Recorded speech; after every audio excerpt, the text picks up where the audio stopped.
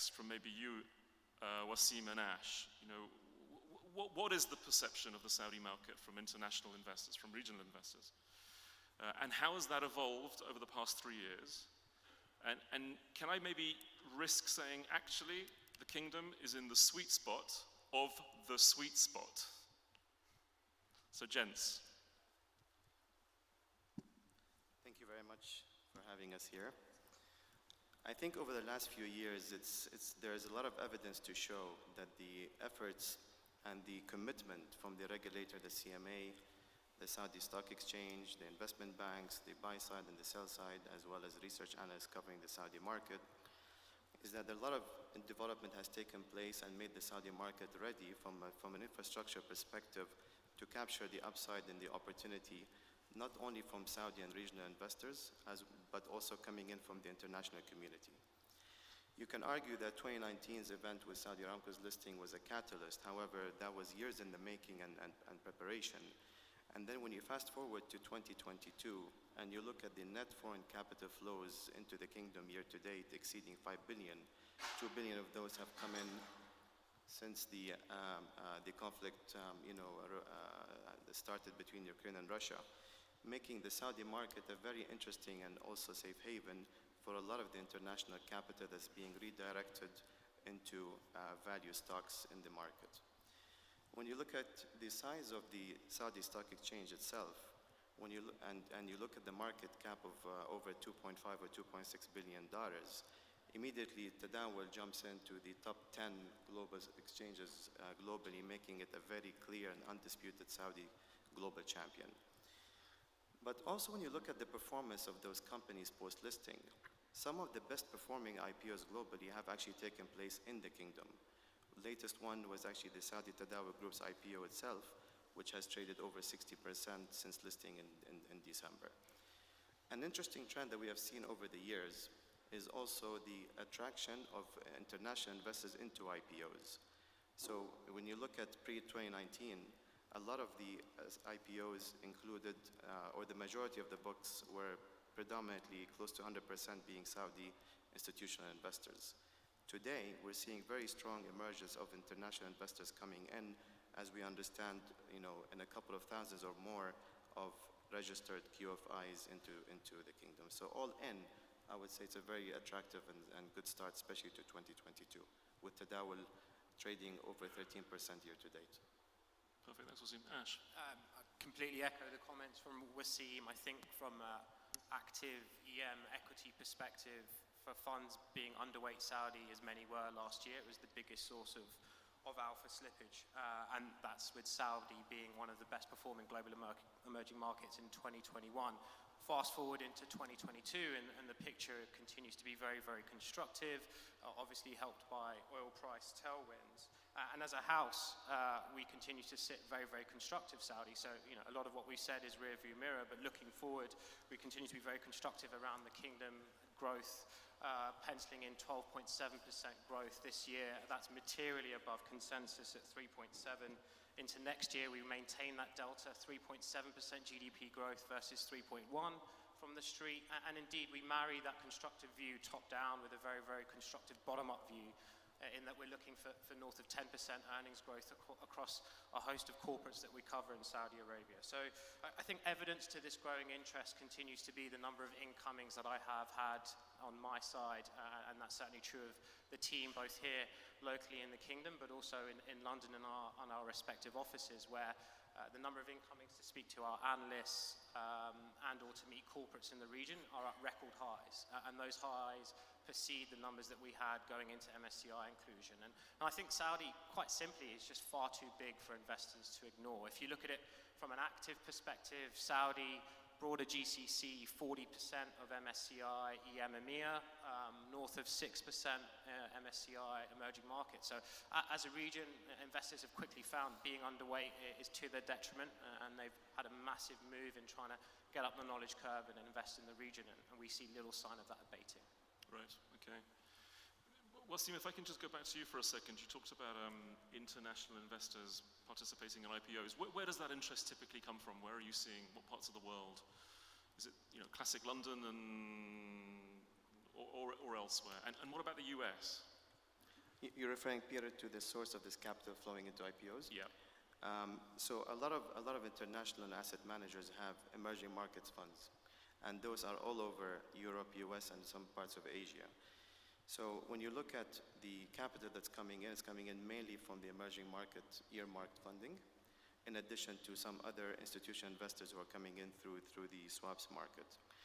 And I think when you have this dialogue and this conversation with the international investors, in their view, they're starting to see that Saudi is slowly becoming the regional capital formation hub.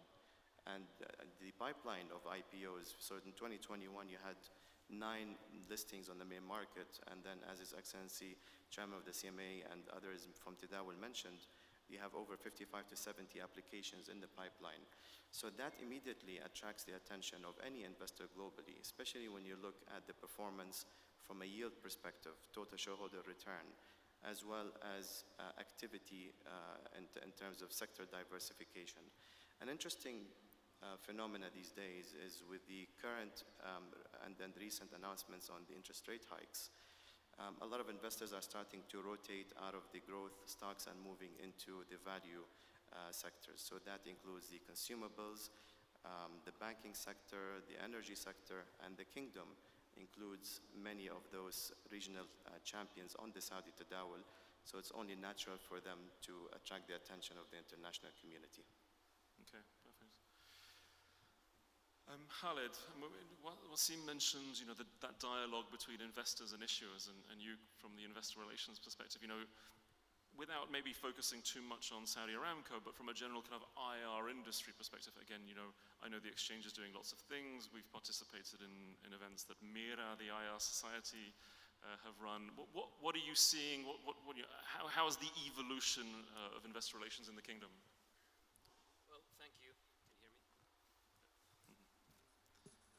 Yeah. Can you hear me now? Yeah. So, yes, I guess Wasim mentioned that increase, and certainly that has not come,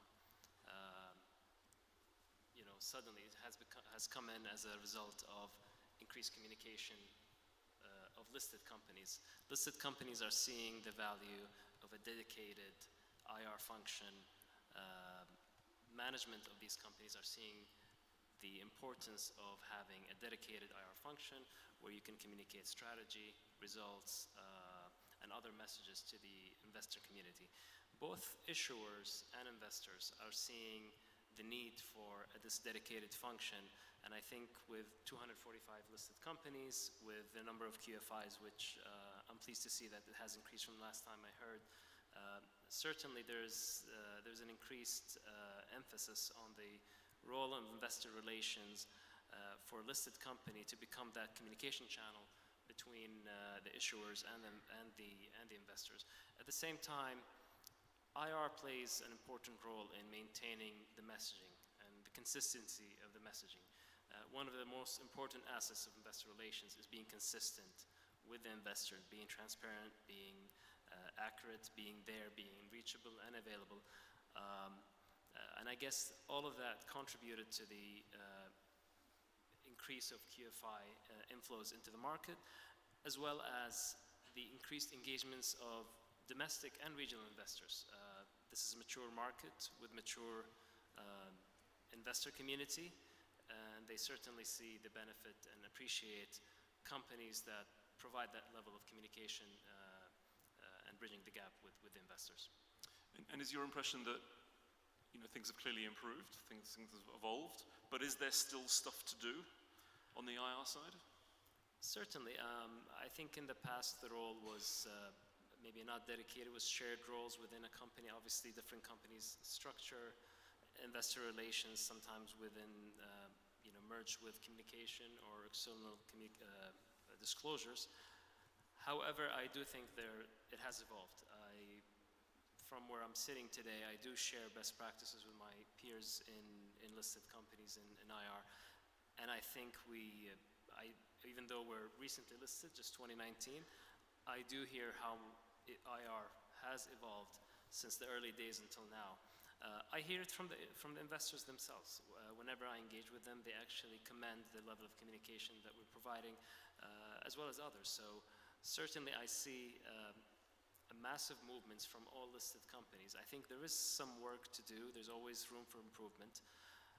However, I guess we're in a situation where, because of that increase in international investors coming into the market, companies in Tadawul are catering for both domestic and international. Obviously, you know, the situation in Saudi is slightly different with a massive number of retail investors. And you got to keep that in mind. You're not only focusing on the institutional with all the tranches, you have responsibility towards everyone. And you must live up to that level of expectation domestically, as well as meeting the expectations of those QFIs coming into the market. Okay. I would just agree entirely with Khalid, and just again, by way of anecdote, 5 investors that we have in the region this very week, and 3 of them are new to the kingdom, and the feedback overwhelmingly has been on the strength and quality of the IR offering, specifically as well around the narrative of 2030 and the growth agenda. So I think investors clearly are taking note of a very, very strong IR backdrop, which marries with a great fundamental story. Okay. I think maybe we'll dig into IR a little bit later, but you talked to Khalid about things that are evolving, IR evolving, and I think it's fair to say ESG is a topic that's evolving right across the world, not only in the GCC. So maybe to you, Hawazin, I mean, what is the ESG kind of backdrop context within the Middle East? And then more specifically, within the kingdom? Well, ESG is not new to the region, as some might think. Actually, looking at Islamic finance, there are many elements of responsible investing and some also negative screenings that are part of Islamic finance and have been for a very long time. And also, it's part of the culture and ideology of families in the region to be a good citizen to the world and to do things well and to be good. However, I mean, if you look at the markets, obviously Tadawul announced last year the first ESG index, which they intend to issue, and then also you see many stock exchanges in the GCC partnering with responsible social exchanges. So basically that's to promote responsible investing within stock exchanges, and that's very positive. Of course, also Bahrain and Tadawul issued reporting guidelines, so that should help companies who are publicly listed understand what needs to be done and what is expected. At this point, not mandatory, but in the future, a lot of the disclosures will become mandatory. Recently, the SEC announced that they recommended mandatory reporting related to climate change, and that's just an indicator of where markets are heading, and so the region should take note of that. But I think, I mean, it's very positive. Some studies show that up to 36% of investors in the region have a very strong ESG policy or take ESG into consideration as they deploy their investments. So definitely there's a lot of adoption of ESG considerations and reporting standards here. There remains a huge confusion. Perhaps it's not just specific to the region, it's also a global confusion regarding the multiplicity of standards, reporting, and also data integrity is a big issue. So, you know, what are we comparing when we look at ESG data? Are we comparing apples to apples? How is the data interpreted? How is the data then rated, and so on and so forth? Again, the issue with ESG ratings and the lack of consistency there is another source of confusion. So while the region is moving forward, and it's a very positive thing in terms of adopting ESG, there remains a lot of learning to be done, but not just for the region, it's a global learning. I mean, one of the things I found interesting in the past month or so is how the values around ESG are changing because of the war in the Ukraine. So recently in Europe, some defense companies are arguing that they should be considered socially responsible. Defense companies. Defense companies. Yeah, I mean, arms are traditionally seen as, you know, if you own stocks in arms companies or defense companies, that's generally a negative thing within ESG. However, today these companies are arguing that they should be included in the EU taxonomy as responsible on the social front because they are defending communities against aggression. And so it's just an interesting change of how the ESG space keeps evolving and how the understanding of what is ESG compliant and what isn't is also a moving target, if you will. And so I think it opens the door to understanding also whether there is now more room to really look into the oil and gas sector and think, should we, because that's unfortunately a very common rhetoric, demonizing the oil and gas sector as a bad industry, or encouraging investors to divest from that industry, which I think ESG is not about that. It's not a moral label. It's a way for investors, it's a tool for investors to really identify ESG-related risks and decide how companies are managing and mitigating those risks, rather than placing judgment on what's good and what's bad. And the last point I want to make here is that every company has positive and negative qualities to it, and by that analogy, every commodity or product you could find negative and positive qualities. So it's not about a moral judgment, it's more about understanding risk exposure and managing that risk for investors, and for companies is understanding what is materially financial to them and managing that so that it doesn't affect their bottom line. Okay. And that resonates with me very well what Hawazin just mentioned, especially on the challenges, because the current ESG system today does not take into consideration the environmental, social, and economic reality of many countries in the emerging markets. So when you move to looking at the ESG frameworks within those countries and within those companies, the ESG frameworks are not aligned fully with the international practices or standards. Because in order for them to fully comply with the international community is expecting from the emerging markets or those countries in emerging markets, the economic benefit becomes very, very little, and the costs end up being tremendously high.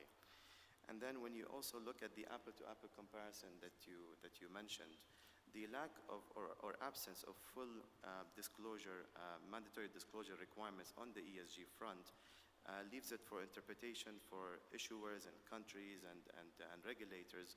So therefore, when investors look at ESG investment opportunities, it is very challenging for them to assess those opportunities from a comparability perspective. And then when you look at the kingdom, and I took special interest in ESG when I joined Citi mid of 2021, because as the world's largest bank, we also are aspiring to be the transition bank. And it was very interesting and very inspiring to see that the ESG initiatives in the kingdom actually go back to 2016, when they launched the King Salman Renewable Energies Initiative, way before the entire phenomenon took place much more intensively over the last couple of years. And then you look at the Saudi Green Initiative agenda. There are over 60 initiatives within the SGI. So it's very interesting to see and resonates very well with everybody that the kingdom was actually at the forefront of that energy transition way back from 2016.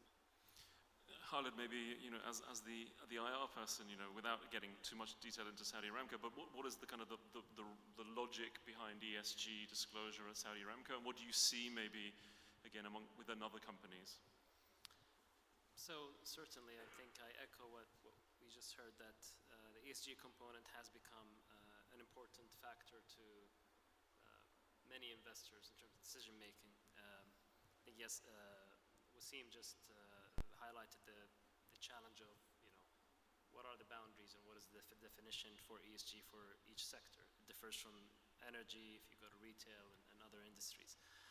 But certainly we see this move, and I think from an energy perspective, I'm not speaking on our behalf specifically, but we do monitor and we track other companies and trying to understand their ESG disclosure, and as well the investors' reaction to those disclosures. ESG for us is something, I guess, is a new terminology, but the mechanics behind it are instilled within our company from 86 plus years ago. So I think we're well positioned to further meet the investors' expectations. Our ESG or sustainability report will be issued later this year. We have already a section in the annual report that covers ESG matters. But again, our situation is slightly different because we are unique, and we do cater to all kinds of investors, but at the same time we have responsibility. So there's a challenge there as to how to communicate your unique position and tie it with your ESG disclosure. But having said that, in investor relations, we do see how investors react to other listed companies in the energy sector, and we do understand the level of importance of environment, social, and governance disclosures. I recall in mid-2019, I was attending a conference, and the session on ESG was the biggest session. People were standing in the back. It was a full session, and that was a clear indicator of how focused the investors are on this specific subject. But yes, I think it's not only in energy, it's in all sectors, and I do see other listed companies in the kingdom in one way or another moving towards that as they understand the importance of it for both domestic, regional, and international investors. Ash, I guess I have to ask you from the London perspective, ESG in emerging markets, in the GCC, what is your impression? Is it something that investors genuinely care about? Is it as a... I would echo the comments from my fellow panelists. I mean, you have on the screen a luxury or necessity, and quite clearly it's a necessity, and I think those that get left behind at their own detriment. I mean, if I kind of put some numbers towards some of the figures, and I think the key ask continues to be, certainly amongst the London community, and I think it's true of most active investors, a degree of commonality and continuity in approach, much to what we've heard with regard to apples, and that's a problem that's true not only of the kingdom but across the world. But notwithstanding that, it's been almost a year since the European Sustainable Finance Disclosure Regulation was launched. And if we look at the AUM moving into ESG compliant funds, those are Article 8, Article 9, it's $520 billion. And that's versus around $204 billion since January of 2019. And I think that in itself is a great stat just to evidence the level of adoption. I think what's even more remarkable is that those ESG funds have been able to garner that AUM despite being half in number versus the number of Article 6 or non-disclosed ESG funds. So not only are we seeing huge AUM migration towards ESG funds, we're seeing their number increase, albeit they're still a small fraction of the kind of normal Article 6 non-disclosed funds. So to your question, Peter, I think it's hugely important, and it's only going to increase in terms of importance. I want to add to what you just said. One of the concerns I have as someone who works in this space is that the ESG terms and standards are generally defined or developed in the developed world, if you will, mostly in the US and Europe, and sometimes these standards or rating methodologies do not take into account the realities on the ground of developing markets, and so they don't tend to be inclusive or even fit for inclusive growth or development in some countries.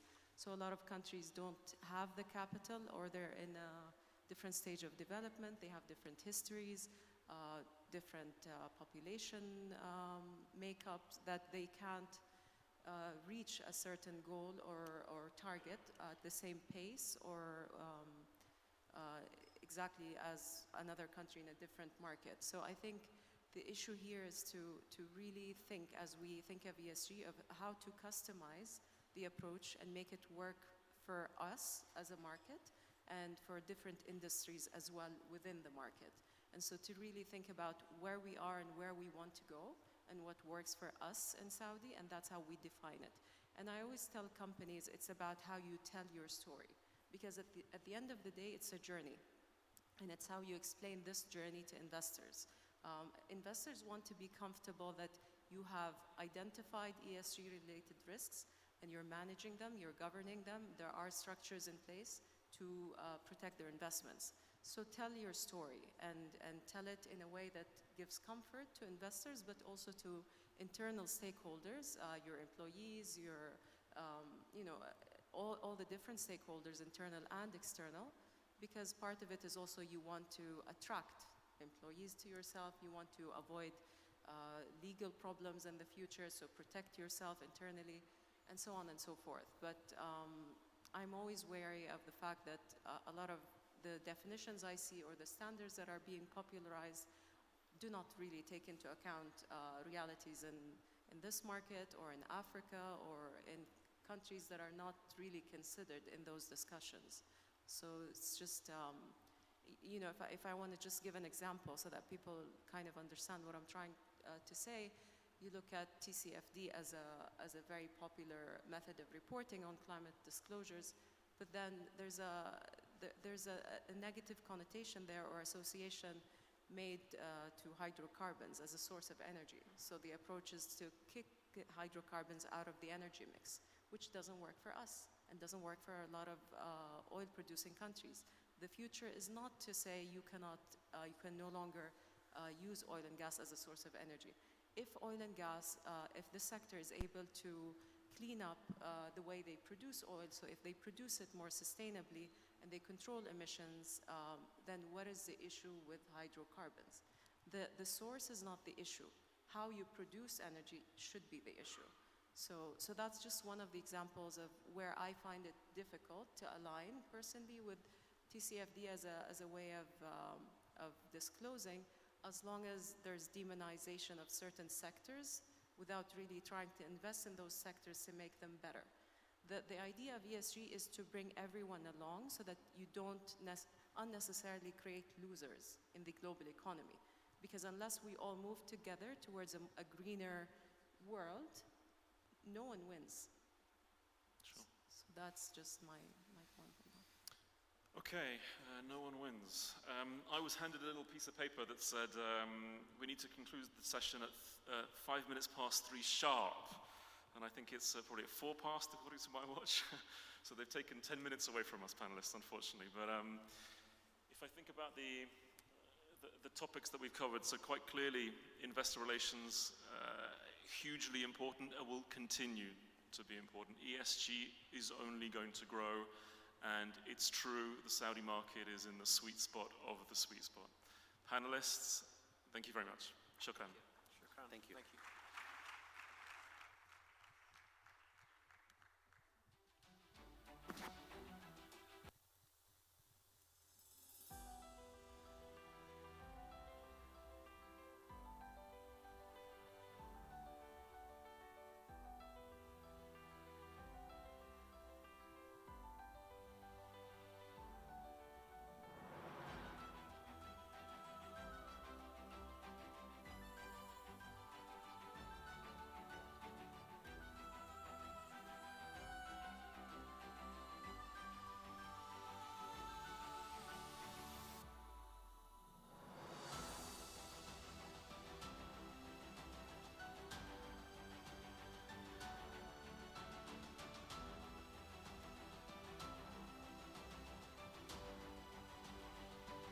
Next panel, establishing a leading capital market infrastructure. Topics to be discussed are establishing IDAA and Muqassa, the journey. The crucial role of risk management in post-trade and clearing. Post-trade and clearing, an array of opportunities. Moderator, Mariam Saliba, journalist and media trainer.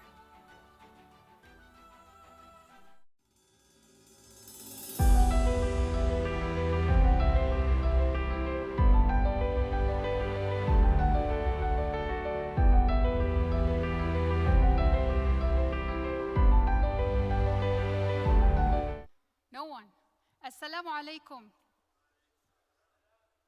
Now I have your attention. Good afternoon, everyone. My name is Mariam Saliba, and I will be moderating this session, Establishing a Leading Capital Market Infrastructure. May I ask my panelists to join me on stage? Ladies and gentlemen, please welcome Mr. Raed Al-Hmaid, CEO, IDAA. Mr. Wael Al-Hazzani, CEO Muqasa.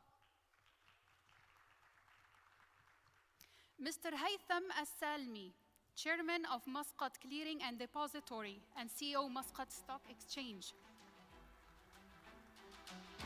And Mr. Abdullah Abdin, COO Bahrain Clear.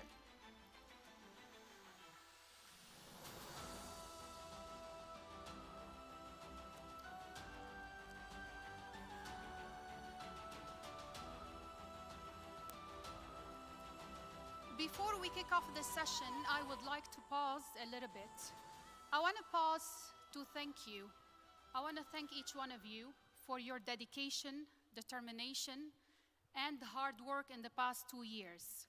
It was a very challenging 2 years for all of us, but here we are today, back, stronger than before, more focused and more determined and more committed to achieve our goals.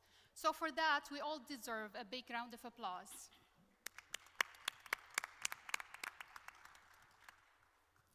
Our session is a bit technical, but we will try to simplify it for you.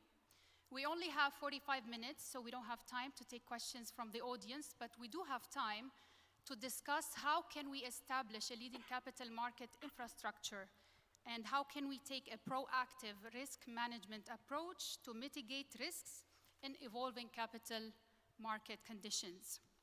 My first question goes to Mr. Raed. Mr. Raed, could you please tell us more about IDAع and the journey of IDAع? And I know that you guys are responsible that everything is done legally. Could you please elaborate? Thank you very much, Mariam, and would also like to welcome our colleagues who is visiting and participating with us from Bahrain and Oman. To address your question, I think IDAع and Closer to the mic, please. And the journey of IDAع has came a very long way. And just to maybe give a brief background of the journey of the depository and the registration, the journey started actually in 1984 when the establishment of the Saudi registration company at that time. At that time, this was the central registration function, and at the beginning of the listed companies that served that time, this came up until 2007 when Tadawul has been established. The depository and clearing and settlement both were part of the Tadawul, the exchange. And actually up until 2017, IDAع spun off the exchange, became a separate entity, focusing mainly in the depository and clearing and settlement. To also mention some of the milestones, I think one of the biggest milestones after the establishment of IDAع was changing the settlement cycle from T+0 to T+2. This definitely has also improved the operation in two aspects. The first aspect, the 2 days has actually give much improvement when it comes to the risk management and the procedure for any default or failure management. The second, the T+2 has made the post-trade in Saudi Arabia more familiar with the international investment. And it has been recognized by the international investments community as well. This also helped and participated in the inclusion of the international indices at that time. Also, we reached, I think this year, where there, within the Tadawul Group structure, IDAع is today one of 4 subsidiaries, with a function that the different subsidiaries, each one specializes in its own topic. And of course, IDAع is focusing mainly in the depository and other services. Now, definitely the main purpose of IDAع is to run the registry and the settlement system of the capital market. This is also complemented by additional services. So IDAع today provide other services to the listed companies. Such as? Such as the AGMs, the dividend distribution, We also provide lots of repos to our members to help serve their clients generally. So if you look at the journey of the registration function from 1984 till where we are today, I think it's a very successful journey. And of course, there is lots to come, especially in the near future. One of the 4 pillars is Muqasa as well. The idea of Muqasa started back in 2015 and maybe earlier. Wael, could you please tell us why today Muqasa is a totally independent entity? And if you could elaborate more on the journey. Thank you. مساء الخير جميعا. Compared with IDA, I think Muqasa is much younger entity than IDA, and as the legal entity was established in 2018 as a closed stock company owned fully by Tadawul Group. Establishing an operation of Muqasa is one of the key initiatives of the Financial Sector Development Program. Today, Muqasa is clearing the derivatives instruments traded in the exchange, and very soon, inshallah, as we announced this morning, we will also extend our clearing services to all the exchange traded instruments. I mean the stock exchange, the stock market, including equities and bonds, sukuk, etc. When we established Muqasa, it was established with very clear mandates to be the central counterparty in the kingdom and the financial market, and it's the only authorized clearing house in the financial market. I would like to summarize or put the most 3 critical pillars we follow when we build Muqasa. I think the most obvious one is the legal and regulatory framework. That is the first pillar. The second pillar is the clearing house members, and here we will talk also about how the journey of the bringing members to Muqasa. The third most important pillar is the technology. So the first pillar, the legal and regulatory, I think it's the most crucial for us to establish this entity with this clear mandate to build very strong legal and regulatory framework. And here I'm talking to our regulator, Capital Market Authority, as well as also the central bank, helped us a lot to frame the legal and regulatory entity with very strong legal rules and regulation that Muqasa needs to operate and also execute its mandate. Muqasa announced beginning of this year the new rules that we will follow to clear the exchange traded instruments in 10 days. And that's related to that pillar. The second important pillar is the clearing members. As any other CCP in the world, we are offering 3 types of members, and all authorized persons are eligible to become the clearing house members. The only change we add to that is for the first time since 2007, banks are allowed to participate in the financial market as a clearing members. And here I'm also thinking that I would like to extend my thanks to our regulator and also the Capital Market Authority and the central bank for allowing this change. The third pillar also is very critical, is the technology. Without the technology, Muqasa and its member cannot operate their mandates. Here we, as a Muqasa and also the other subsidiary of the Tadawul Group, we partner with one of the leader and the technology provider, and as we announced today, we are 10 days away from operating the new technology that will help us, Muqasa as well as IDA, with the new best-in-class technology. Mr. Haytham, first, welcome in Riyadh. And second, apologies for my coming question because it's not one question, it's a load of questions. So Muscat Stock Exchange announced its new strategy aiming to upgrade toward emerging markets.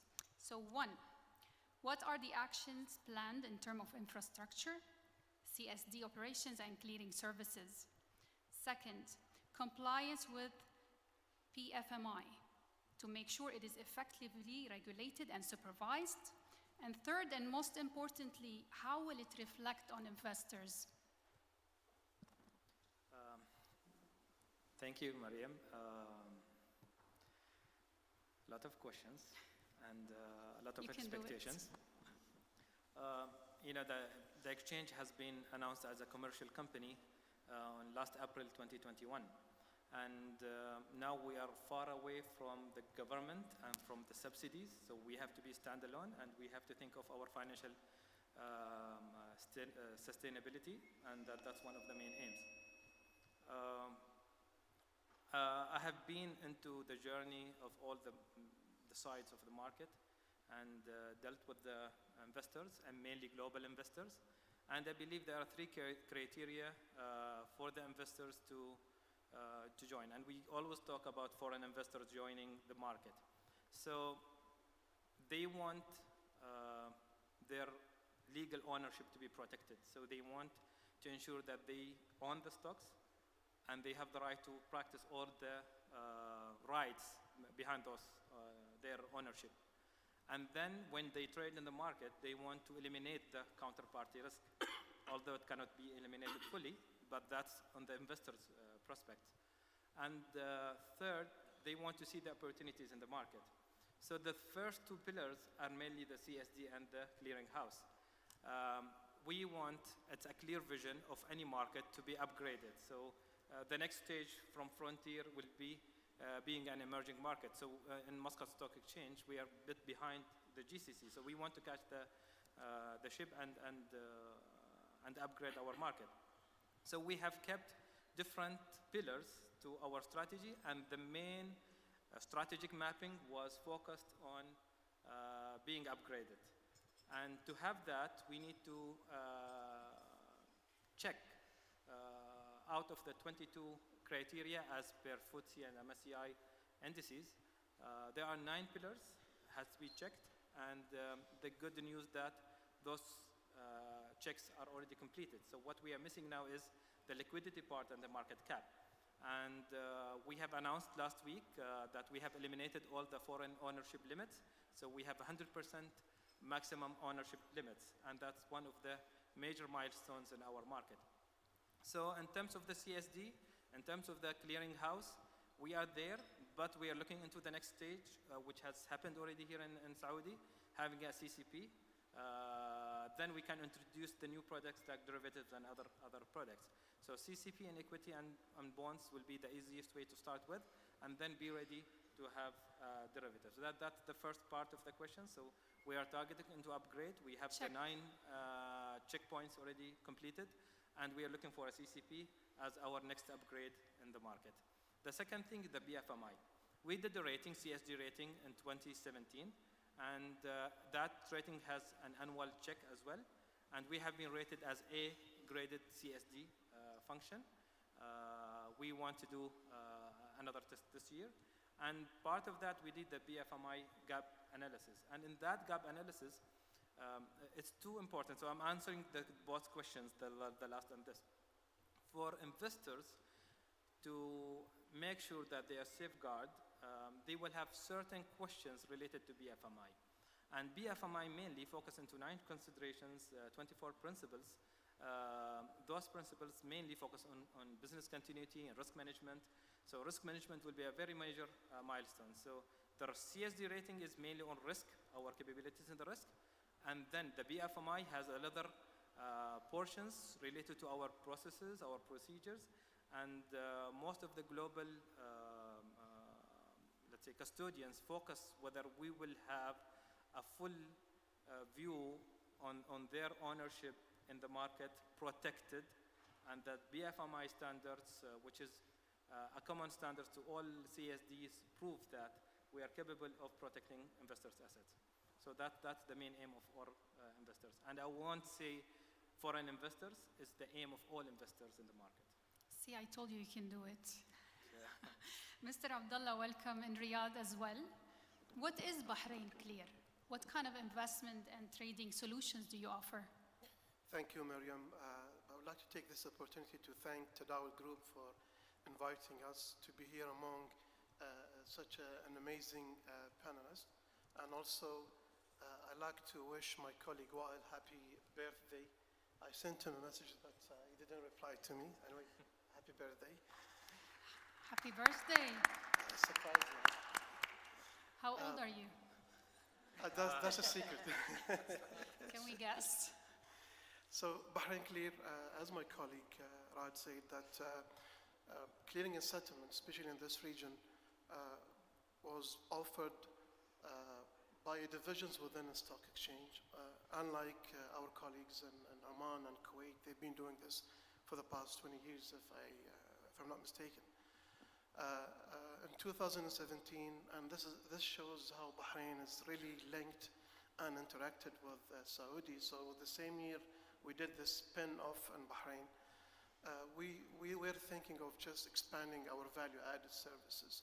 So our main focus was just on the secondary market, but when the spin-off happened, we were more liberal to offer services on the primary market, and then on the primary market we can offer like something called allotment agent. We can act as an IPO, and we can also act as an or provide e-IPO services.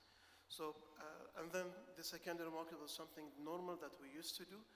On post-trade services, the two major or three major aspects would be the corporate actions, collateral management, offering AGM services, and last but not least is the cash dividend.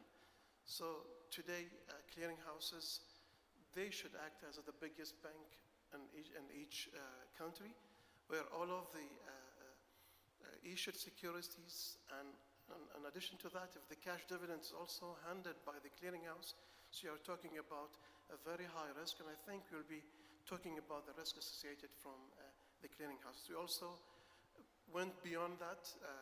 We had an approval from the parliament, and we are just waiting for the decree to be issued by His Royal Highness the King in order for Bahrain Clear to provide non-core capital market services. On top of that, providing registry services for non-listed companies that would be on a closed companies.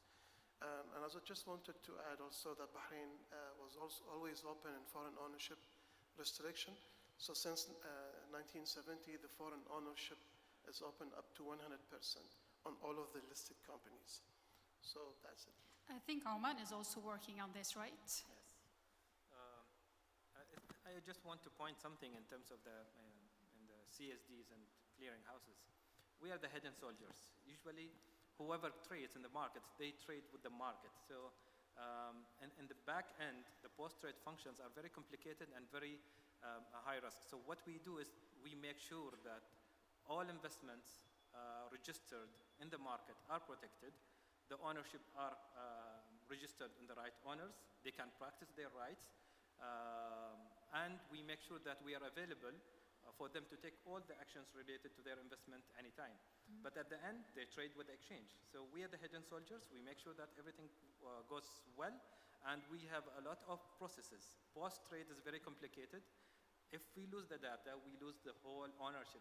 But for trades, if they lose the data, they lose a one-day trading. So that's how complicated. I agree. Raed, back to you. The most awaited post-trade technology program in Saudi Arabia is finally here. And I think April 3rd, if I'm not mistaken, will be the big day for investors. So what are the changes and implementation timeframes for that? So thank you very much.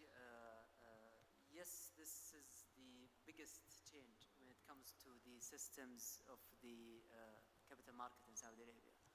So the PTTP is actually changing all the systems for the post-trade that is happening today.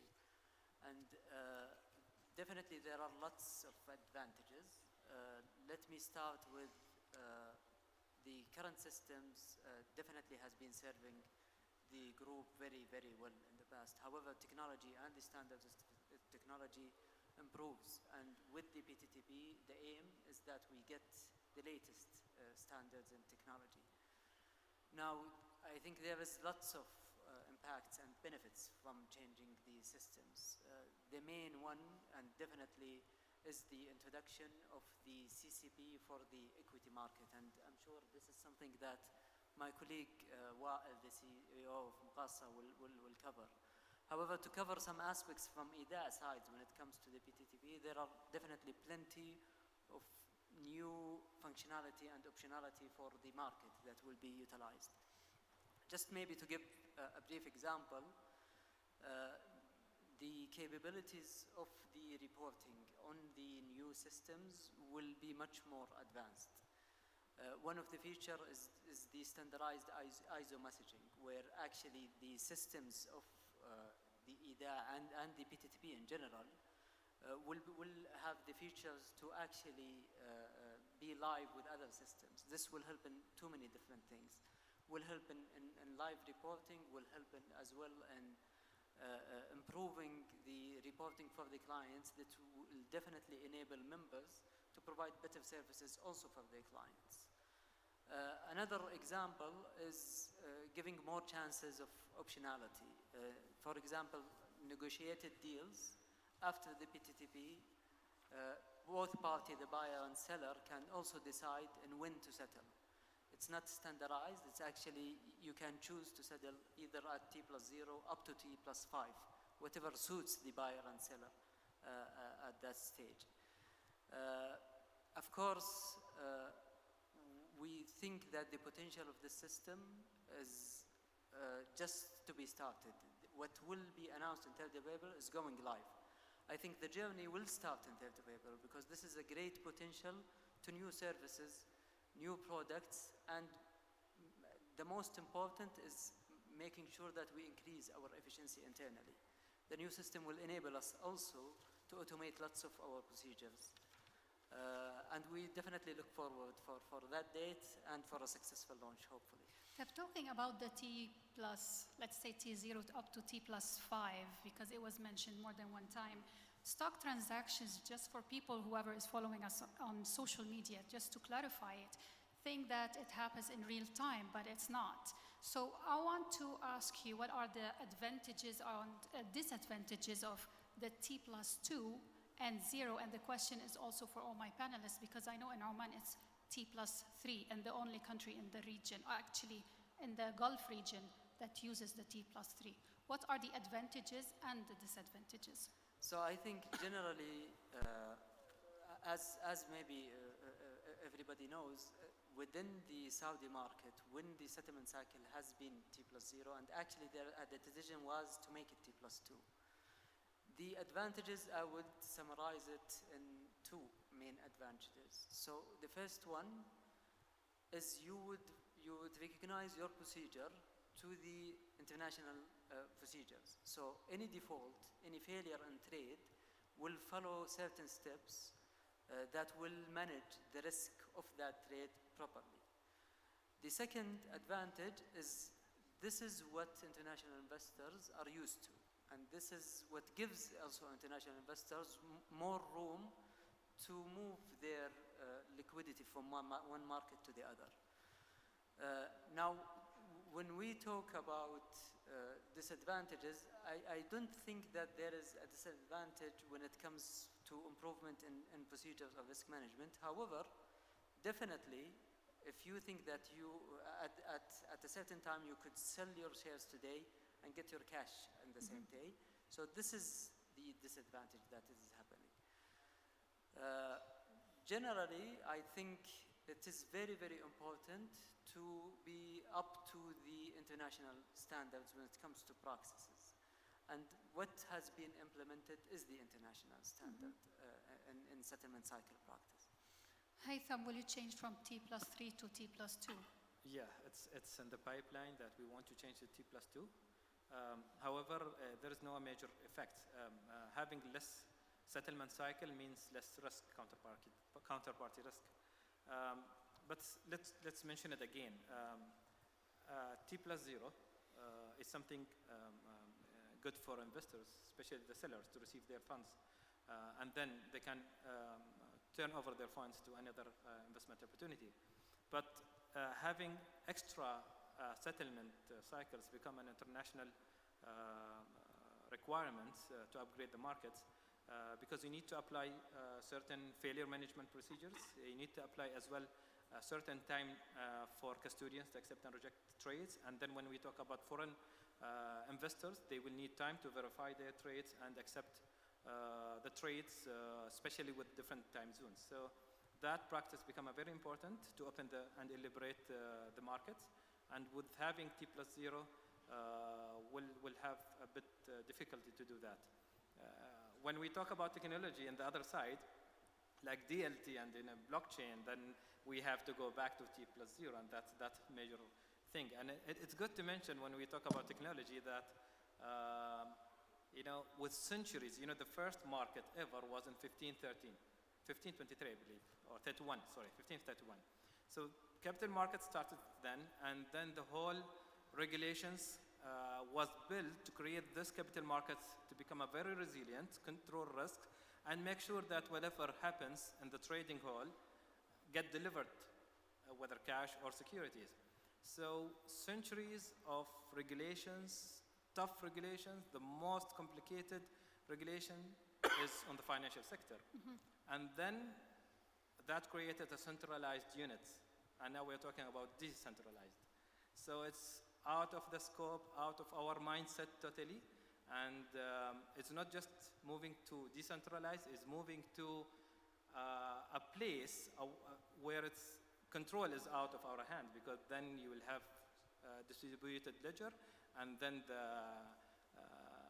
encrypted, the decryption of trade has to happen in the whole network.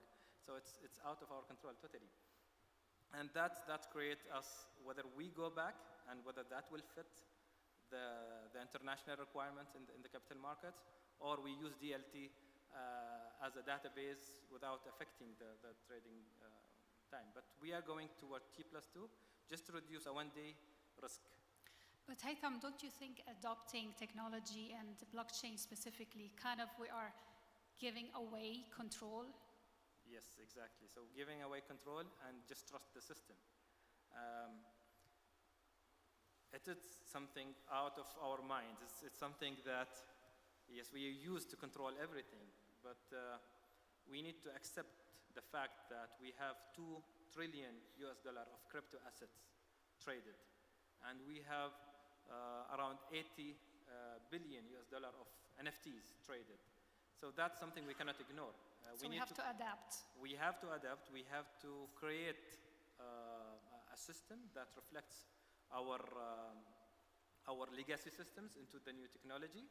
Otherwise, we'll be vanished, because the new generations, they are totally different in their trading patterns. Abdullah and Wael, T+2 and T+0. I agree with my colleague Raad when he said international practice. And on the other hand, there's no international principle forces any capital market to adopt which T+0 or T+5. When I was chairing the WFC in the past 3 years, we did so many researches and surveys. At least 80% of the world CSDs, they voted for T+2, and that is an indication. Even during the Africa and Middle East Depository Association, we did the similar survey. Again, 80% appeared.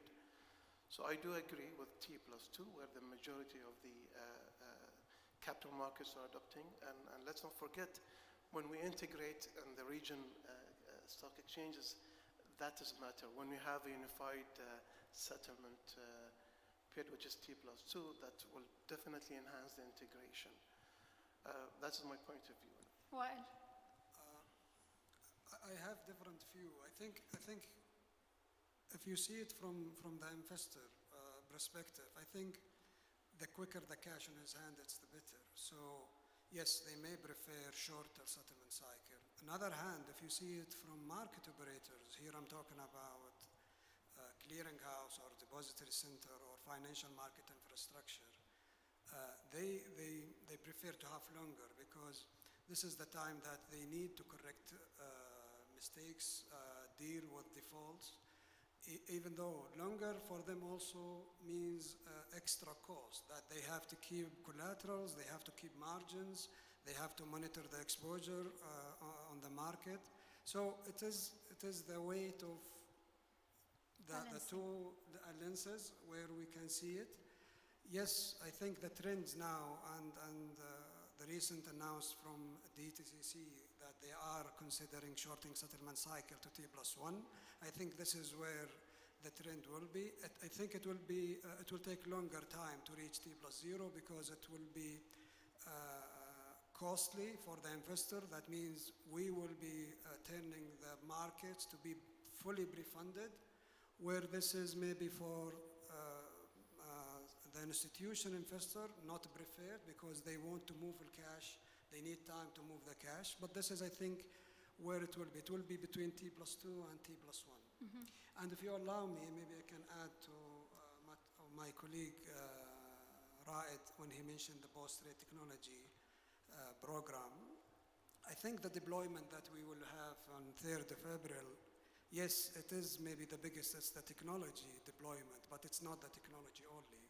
I think it comes with also a lot of enhancements on how we operate the market. There are a lot of enhancements we announced, and this is, you can see it on the issued rules and procedures that published on Exchange, IDA, and Muqassa, where we will complement this technology. And actually, this technology will enable us to provide more products to the investor and to all participants, and hopefully we will enhance a lot of current processes that we have.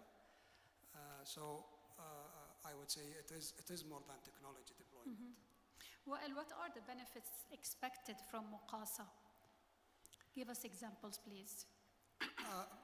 As any CCB, I think I will just make it two most critical benefits for any CCB in the world. I think the obvious one is reducing the complexity of bilateral, where all the buyer or seller of the market will be exposed to a single entity that will be act as a risk manager, where they will also have the collaterals and make sure the two parties of any trades in the market fulfilled and guaranteed, and then you will have a safe settlement.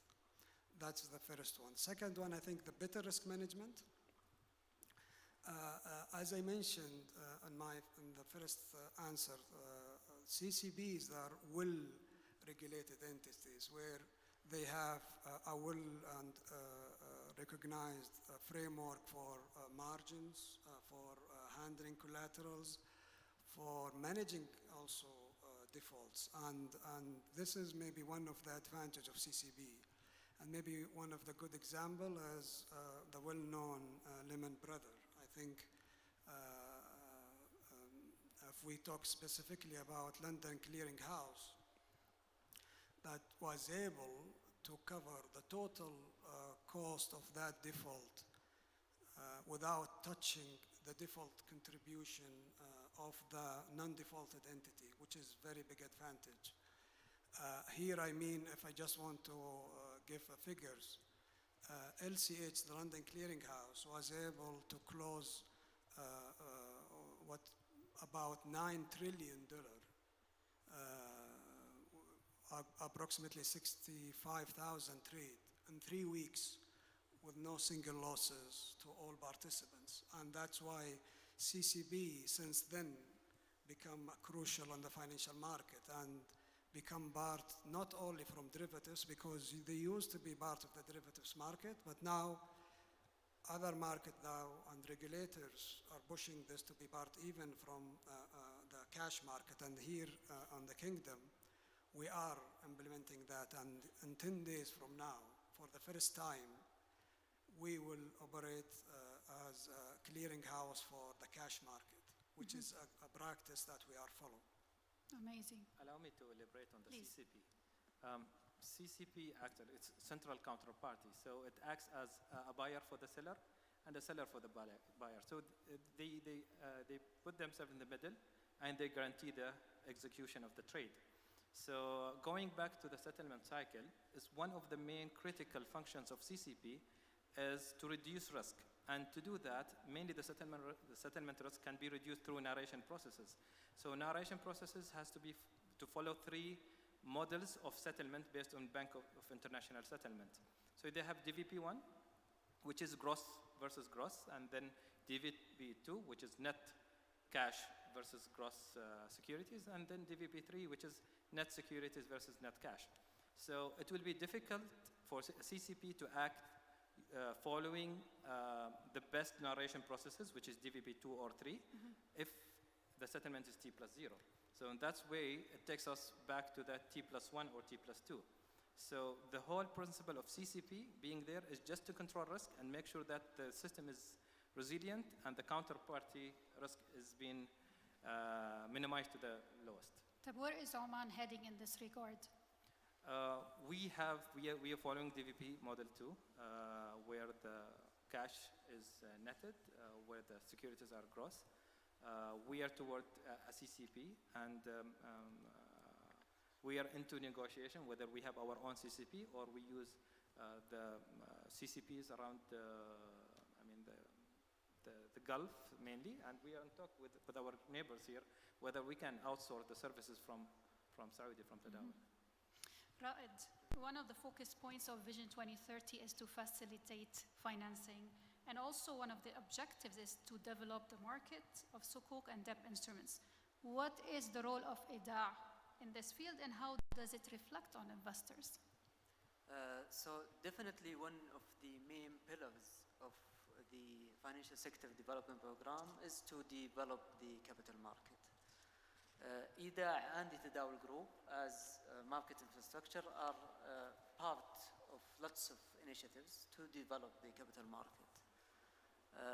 I think just to mention the latest few initiatives, it's worth to mention about the linkages with international CSDs. The CMA has approved the instruction for linkages with the international CSDs last year, and since then we have signed with the 2 biggest international CSDs. Clearstream is up and running already, and the second one, Euroclear, which hopefully will be effective after the go live of the PTTP. The agreements and all the logistics has been completed. I think the technical part is what is remaining. And the importance of these 2 linkages is actually part of the development of the capital market in general. We see a big potential in the linkages when it comes to both increasing the investor base of the debt market, as long as also increasing the liquidity when it comes to the debt market today. This is definitely not only important for the debt market, I think it is very, very important for the financing of projects in general, whether it is for the private or, of course, the government sector. So this is one of the latest participation when it comes to the Vision 2030 and the Financial Sector Development Program. Also, Tadawul Group is also part of lots of initiatives, and I think I could also mention the work that is happening to develop the debt capital market in general. And I think CMA has also mandated for all private issuances in the debt market to be registered with IDA, with also a financial support for a certain threshold if they are smaller. And I think this mandate of registry will definitely improve in 2 main elements. The first is the transparency, because it also logs all the details of that issuances and if there are any trades related to it. And second, it will reflect the actual size of the debt market in Saudi Arabia. It's not only the listed, it's also what is not listed. And of course, many other contribution to improving the capital market. Wael, back to you. One of the main crucial roles of Muqasa is to manage risks. How are you doing this, especially when it comes to liquidity risk, credit risks, and defaults? In the trade life cycle, clearing occurs after trading and before settlement. And as a systematic risk, default could occur during the clearing stage. And without a CCB, the counterparties of any trades will be exposed to each other in case of any of them fail to fulfill its obligation. And here where is the CCB will come. The CCB will interpose itself between the two counterparties of any trade in the market and then become, as my colleague Haytham said, seller for every buyer and buyer for every seller, and also will collect collaterals from both parties. And by doing that, actually, it will reduce the uncertainty and exposure by not taking aggressive risk by the both parties, because we are collecting collateral from both parties. Having also centralized default management, as I mentioned before, will also reduce the uncertainty, how to deal with defaults, and also improve the confidence from the members that having one entity that is fully regulated and also owning this process and managing the default. And this the most, I would say, critical part of the risk mandate of the clearinghouse.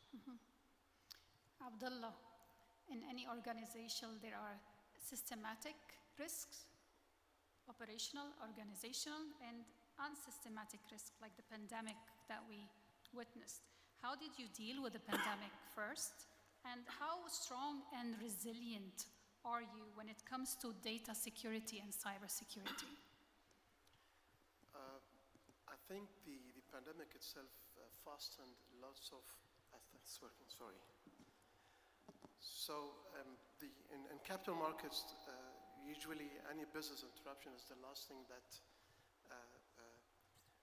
maybe the regulator wants to see. And then the main focus is on the investor protection.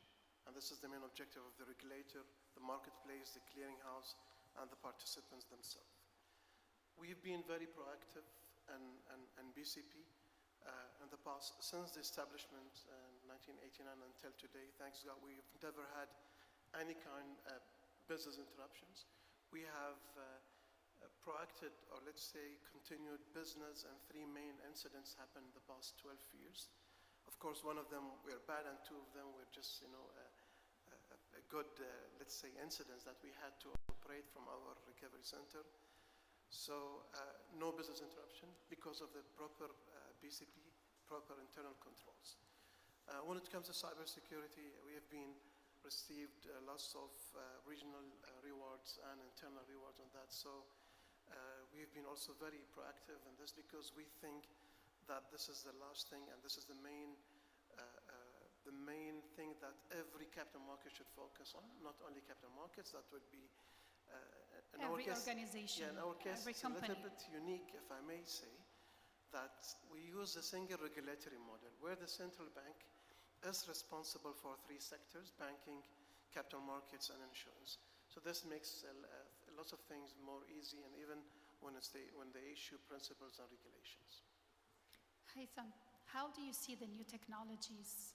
Embrace or ignore? This is 1. 2, what has been done so far in Oman to enhance cyber resilience capabilities? Okay. I will answer the second question first. In the capital market, we are lucky that we are centralized, and whatever happens in the system stays in the system. It's not like the money market where, the banks mainly, where the funds goes out of the bank and it can hit other banks and even international banks. So whatever happens in the market stays in the CSD. It just transfer of ownership. And that makes us unattractive for cyber attacks, because then it can always be modified and checked. And with having different failure management processes gives us a lot of reconciliation processes out of the system, and that makes sure that whatever happens and registered in the system tallies with the trading of the markets. However, we don't know what will happen, how smart those Haitham, do you attacks can see it as the biggest threat or challenge nowadays? It is. In Oman, we have 22 billion Omani Riyal asset under custody in the CSD, and that's a very big amount. So that's a big ownership, and we don't want the ownership to be changed, or we want to create that resilience in the system to make sure that we attract people to come and register, to come and list in the market. So we do spend a lot of funds on our cybersecurity. We do have our business continuity plans, and that's one of the main considerations of the PFMIs as well, to have a business continuity plan and a high operational risk management. That includes cybersecurity as well. So we do spend a lot. We do spend in our 24/7 monitoring. We do spend in our penetration test to make sure that we are resilient enough. And we look into the new technologies, and that will take us to the second part, which is the DLT. Mainly, it's mainly blockchain, which has hit the market currently, being the database to register cryptocurrencies. So we cannot ignore, I have mentioned, that we do have a high number of crypto assets registered, traded in the world. So we cannot ignore that. And I think everyone knows the games that our kids play. It has its own market. They are trading in those markets. So those generation, you cannot talk to them mentioning you can download the application of the Dawal or any brokers, and then you can trade. They have to be interlinked with the platform they're using. So everything has to be connected. Everything has to be in one source, and they want to open the world in their hands. So we cannot really ignore technology. We need to adapt. In Oman, we have tried blockchain in our e-voting to make sure that the votes are resilient enough, and we make sure that the votes cannot be changed. It's a way of testing the technology. I believe in Australia, they are the only market who has tested blockchain in clearing and settlement functions. And honestly, I have never seen any reports on whether that new system generated extra profit or extra benefits and it's good to find out how their experience went. But we cannot ignore the technology. I think we have to think of having our upgrades. Our legacy systems, I think it will get absolute. Everything will get connected. Internet of Things will make us connected to the world, so that won't happen with a centralized technology at all. We need more resilience in the system, and without having extra nodes in the system, it will be always risky, because then we'll count on one crypto or one encryption to enter the system. Thank you. Ra'ad, you have signed several agreements with multiple stock exchanges in the region for dual listing. Could you please elaborate more on it? So I think definitely an objective for any market, and of course Tadawul Group as well, is to extend the links with other markets, not just to serve the local investor, but also to serve other markets, and that will definitely be beneficial for both markets as well. So today we have lots of initiatives within the Tadawul Group that is more focused into dual listing initiatives. Where? Already we have ready agreements signed with both Bahrain and Abu Dhabi. Procedures has been identified. I think regulation is ready. Things are in place to do list with these two markets. With our colleagues in Oman, an agreement has been signed to actually explore more into the exact procedure. Just in lunch, me and Haitham, we were talking about this, and the teams in both Muscat and Riyadh are looking into this. Tomorrow, there is a trip of the employees of Tadawul Group that will be visiting Muscat to dig more in identifying the procedure. I think within the Gulf region is the good start with other markets. Do you see it expanding to other stock markets? I think definitely this will complement the GCC market in general. Having dual listing between the GCC country will complement each others. And we are very looking forward and anticipating the first companies to list. And there are talks definitely today with different issuers in the GCC. Haytham, your thoughts on these agreements? The agreements is not just dual listing. Dual listing will help us, especially, for the low liquid stocks or markets like Oman. Dual listing will create us an opportunity to enhance liquidity, and the arbitrage will even fix the price differences or discounts we have. So we are exploring this. We have MOU with different markets. We signed with Tadawul. It's not just the exchanges in the CSD and CCP as well. We have an agreement also with Bahrain as a CSD, and we will be going to sign an agreement with them as well as an exchange. So we are looking for all opportunities for dual listing. My only views, and it's a suggestion to all markets, that we need to think of dual listing not in the legacy model. We need to think of dual listing in a different, attractive model. We have the technology to have a dual listing, and that can create a real-time trades rather than having a transfer of assets between markets. And that's one of the major things. Another thing is in terms of below the exchanges, the post-trade functions. I think it's time for us. We have a very good grounds to work together as GCC markets in terms of similarities. So we need to think of moving out of vertical silo CSDs and CCPs to a more horizontal silos. What I mean by horizontal silo is a single CSD or CCP which serve different markets rather than having one market. I think that's the most critical thing that will allow us to transfer assets between markets instantly. Abdullah.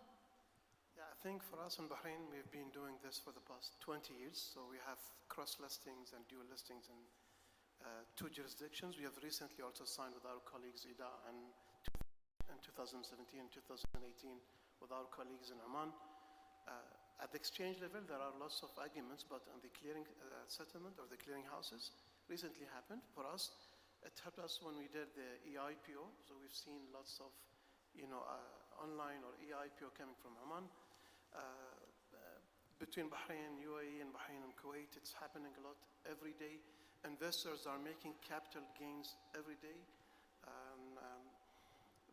We are also keen to have it done and activated with our colleagues in Tadawul and Muscat as well. Wael, we have learned about, do you have any comments? Yeah, I have. I think the most critical part of to enable the regional, I would say, integration to have a shared infrastructure. Here I'm talking about the most critical part, as my colleague said, I think is the post-trade side. Without the integration in the post-trade side, I think we will not be able to enable the cross-listing or cross-membership. And here I think what we need to work is to enable this infrastructure to be shared. Even if you have CCP, even if you have CSD, having a shared infrastructure with the support of the regulator will enable this integration to work successfully. Talk to us a little bit about plans in 2022. Any new services? For Muqassa, I think we are extending our services not to what we mentioned today for the exchange traded product, but also we will be offering on the OTC market where we will be clearing Aribo transactions, and this is expected to be in the second quarter.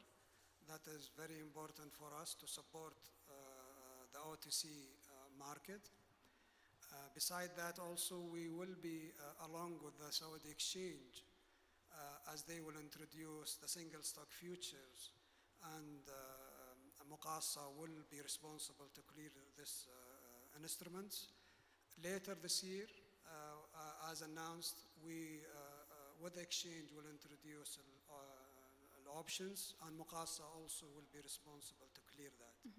And we have in our pipeline more product that will be introduced, but it will depend on the appetite of the markets. But we'll keep it in the due courses to be announced. We look forward to it. I have one last question, ladies and gentlemen, and briefly, please. We talked about infrastructure, we talked about services, trading, clearing, all this. We missed one important thing, which is talents, people. So, is it difficult today to hire or to retain talents, Raed? So I think very quickly, I think definitely this is the most important part. And I think if you think about our operations and technology, all of these could be obtained. However, talent is something that you need to obtain and retain.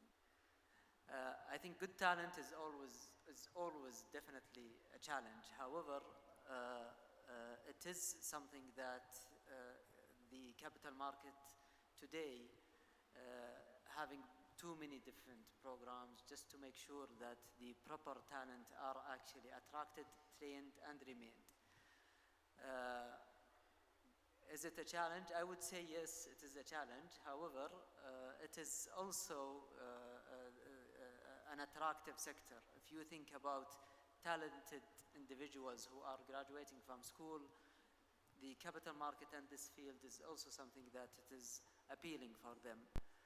The capital market today, within the different, whether it's the regulator, the infrastructure, or even the market institutions in general, lots have in place, lots of development and training program, and there's definitely a huge competition between them. Especially in Saudi Arabia, right? Haytham. It is a sole services.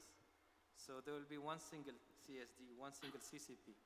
So training staff and retaining them is very critical to us, because we won't find in the market a ready-made operation manager who can do asset servicing, for example, or who can do settlement, because we are a sole service providers, and that's creating a very challenge. It's a very good question. Really, we are facing a high challenge when we receive a resignation from So from try the more staff. to keep them, right? Yes, that's what we have to do. Train them, keep them. Exactly. Abdullah. Yeah, for me, it's a bit emotional. I've been just seeing lots of quotation that a person says that I didn't leave my job because of bad job. I did Because of leave my job boss. because a bad Right? leader. So it's really emotional and it really matters to me. So would you fire the boss? Yeah, I was passionate. I was really obsessed of working in the capital markets, and this is another challenge. When you have a banking sector, it's really difficult to retain someone because you have competitors. But in the capital market, it's a different story. And at the same time, as I told you, it's again emotional for me. So I would love a job that treats me well, not pays me well. Exactly. Wael. Is it a challenge? Yes. Is it a problem? Yes. But I believe it's a good problem. Hiring and keeping talent, I think, will be always our priority, because without talent, we will not be able to transform, and we will not be able to deliver what we deliver or what we promise to deliver. So, yes, it will be always challenging, but in the same time, having the talent, because the talent, if they are moving from the market player, I'm saying here CCP, CSD, or the exchange, they will go to the financial market infrastructure. So they will still within the market. They will still, I think, improve other part of the financial market institution. So yes, I think it will continue to be challenging, but that is how it should be. During this transformation, I think we have to deal with it. We have to, but I think it's always good to remind everyone that we don't live to work, we work to live. Yes. or the opposite? We don't work, we work to We live, work to live. not the opposite. Okay, ladies and gentlemen, that would wrap up our session. Thank you so much to our panelists. Thank you to the audience. And I would like to end this session by a quote I read once for Mr. Khalid Al-Hussan. He said, طموحنا عنان السماء. And I would tell Mr. Khalid, we should no longer say sky is the limit. We should say sky is not the limit. Thank you so much and stay safe.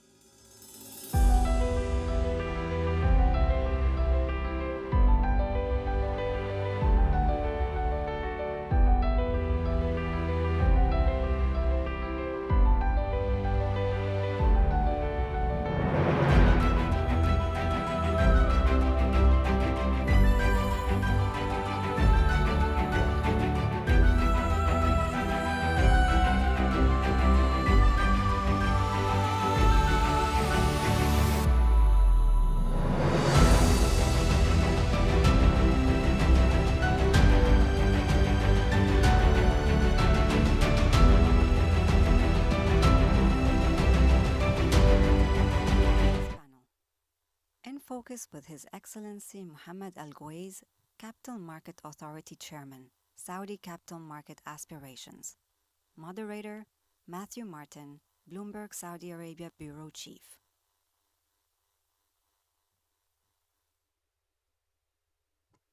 Good afternoon, everyone. Thank you for sticking with us to the end of the day and the final session here. We're going to have a great conversation, I think, with the final panelist of the day, someone who is no doubt familiar to everybody in the room, I'm sure. So please welcome to the stage His Excellency Mohammed Al Guwaiz.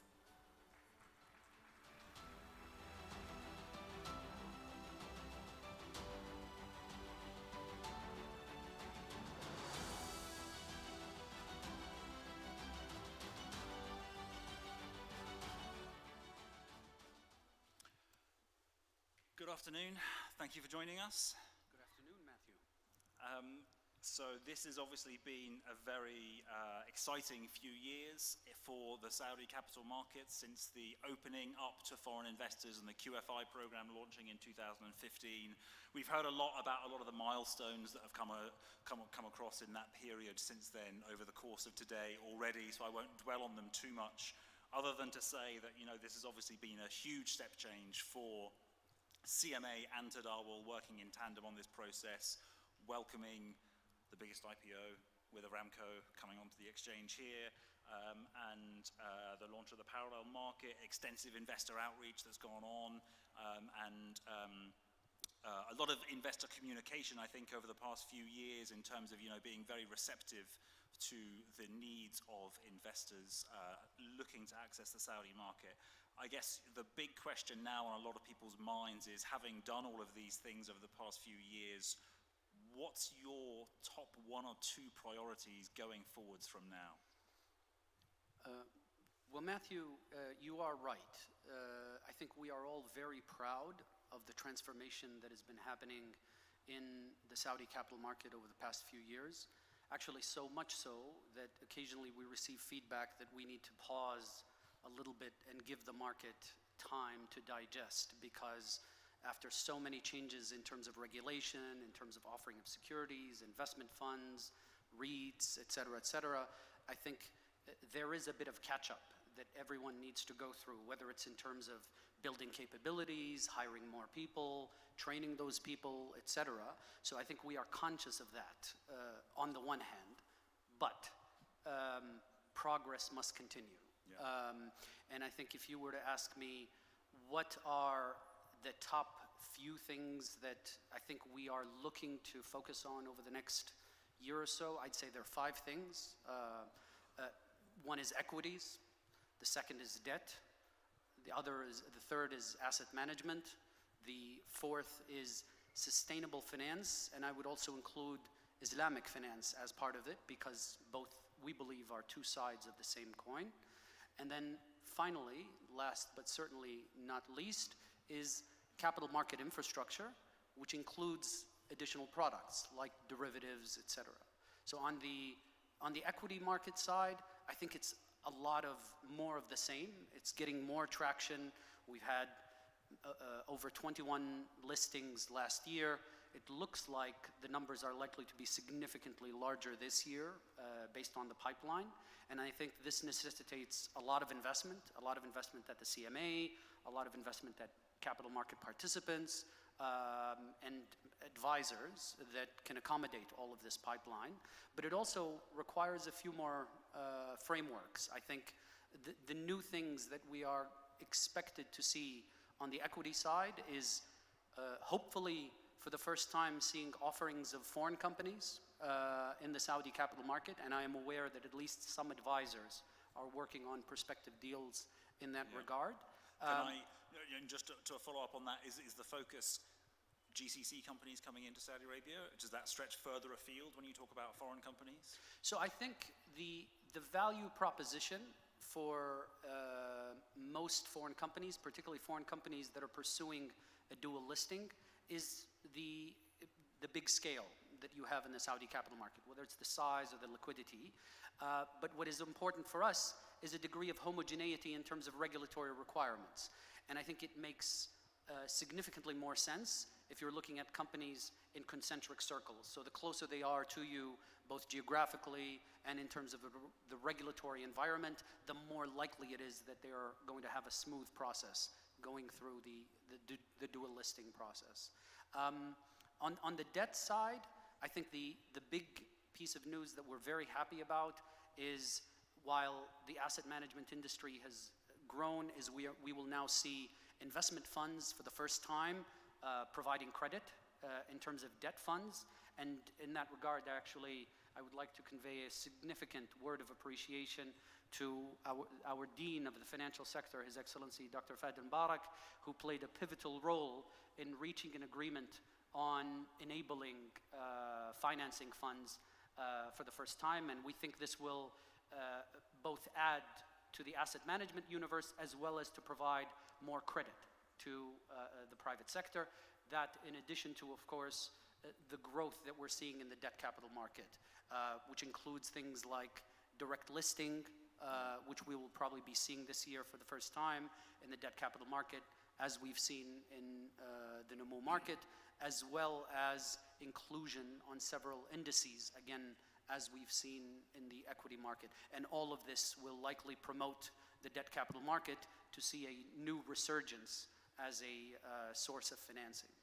Yeah, and there's a few points in there you mentioned that I'd like to get back to, and have a conversation around ESG as well a little bit later on. But in terms of the equity market, where I think there's a lot of people in this room very involved in the equity markets here, be very interested in your views around this current wave of IPOs. Been huge amounts of activity.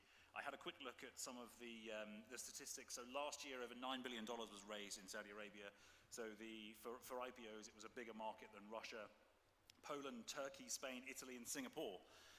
So I think a sign of just how big and deep the Saudi capital markets are becoming. I guess the question is, how long do you see this momentum maintaining for now? Well, Matthew, I think what we're seeing today is a confluence of several factors. So the first is we had an IPO market in terms of both regulations, in terms of the ecosystem, that was effectively not very receptive for companies to list. And so when you streamline the regulations, when revise the difficulties that market participants face, you are likely to see the release of a lot of pent-up demand. So what we are seeing is essentially locked demand from several years that's now catching up to speed. And it is acknowledged that the Saudi capital market has a smaller number of companies in terms of just the number of companies than you see in other markets. The other factor, of course, is the economic environment. Whether you look at the liquidity situation, whether it's in the market or in the economy overall, if you look at things like M1, M2, M3, that is conducive to a significant amount of listings. And the other is, of course, the fundamental situation of companies. Yeah. And whenever you see the confluence of these three factors, you are likely to see an emergence of the IPO market. And as a matter of fact, a growth in the IPO market is a good thing, because when you have a lot of liquidity, one of the lessons we've learned from previous episodes is you need to have that IPO market come in to absorb some of that liquidity and put it to good use. Yeah. One quick note before we go any further. We are going to give 10-15 minutes at the end of this for some questions from the audience. So please do be thinking about some things that you would like to ask. Now will be your opportunity. So get your thinking caps on, and we'll come back to you in about 10-15 minutes time. But to follow up on the point that you mentioned about liquidity, I mean, one of the things that, I think as someone covering from sort of Bloomberg's perspective, covering the markets here, what has been fascinating has been watching these ginormous order books that come along with the Saudi IPOs. There's obviously a phenomenal amount of liquidity here. We had a bit of a conversation about this yesterday, and STC Solutions, the order book was even bigger than Aramco's book. Nati, which we sort of saw the bell ringing of and listing this morning, was another $80 billion.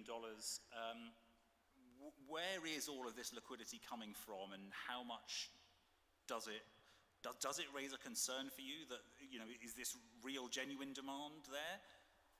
So that's actually an area that we had a lot of interest in, particularly as we came off of COVID and we started to see a significant amount of oversubscription. And I think it is very important for us to make sure that those subscriptions are bona fide subscriptions and represent actual bona fide demand. Our first port of call, and this is again in collaboration with our colleagues in the central bank, is to ensure that whether or not a lot of this was in fact leverage, because if it were leverage, then we would have some concerns around excessive leverage and that sort of thing. We were actually pleasantly surprised that there wasn't as much leverage. And if I can give you an example, in some of the earliest IPOs, the ratio of financing to overall subscriptions was about 1 or 2% of total subscriptions received. Our bigger concern, which became evident as the market started to emerge and grow and momentum started to build, was that financial advisors were in fact receiving subscriptions without any real evidence of bona fide demand or financial resources that represents those actual subscription amounts. And after a while, you start to think to yourself, to what extent does this number now mean anything in terms of oversubscription or representing actual bona fide demand?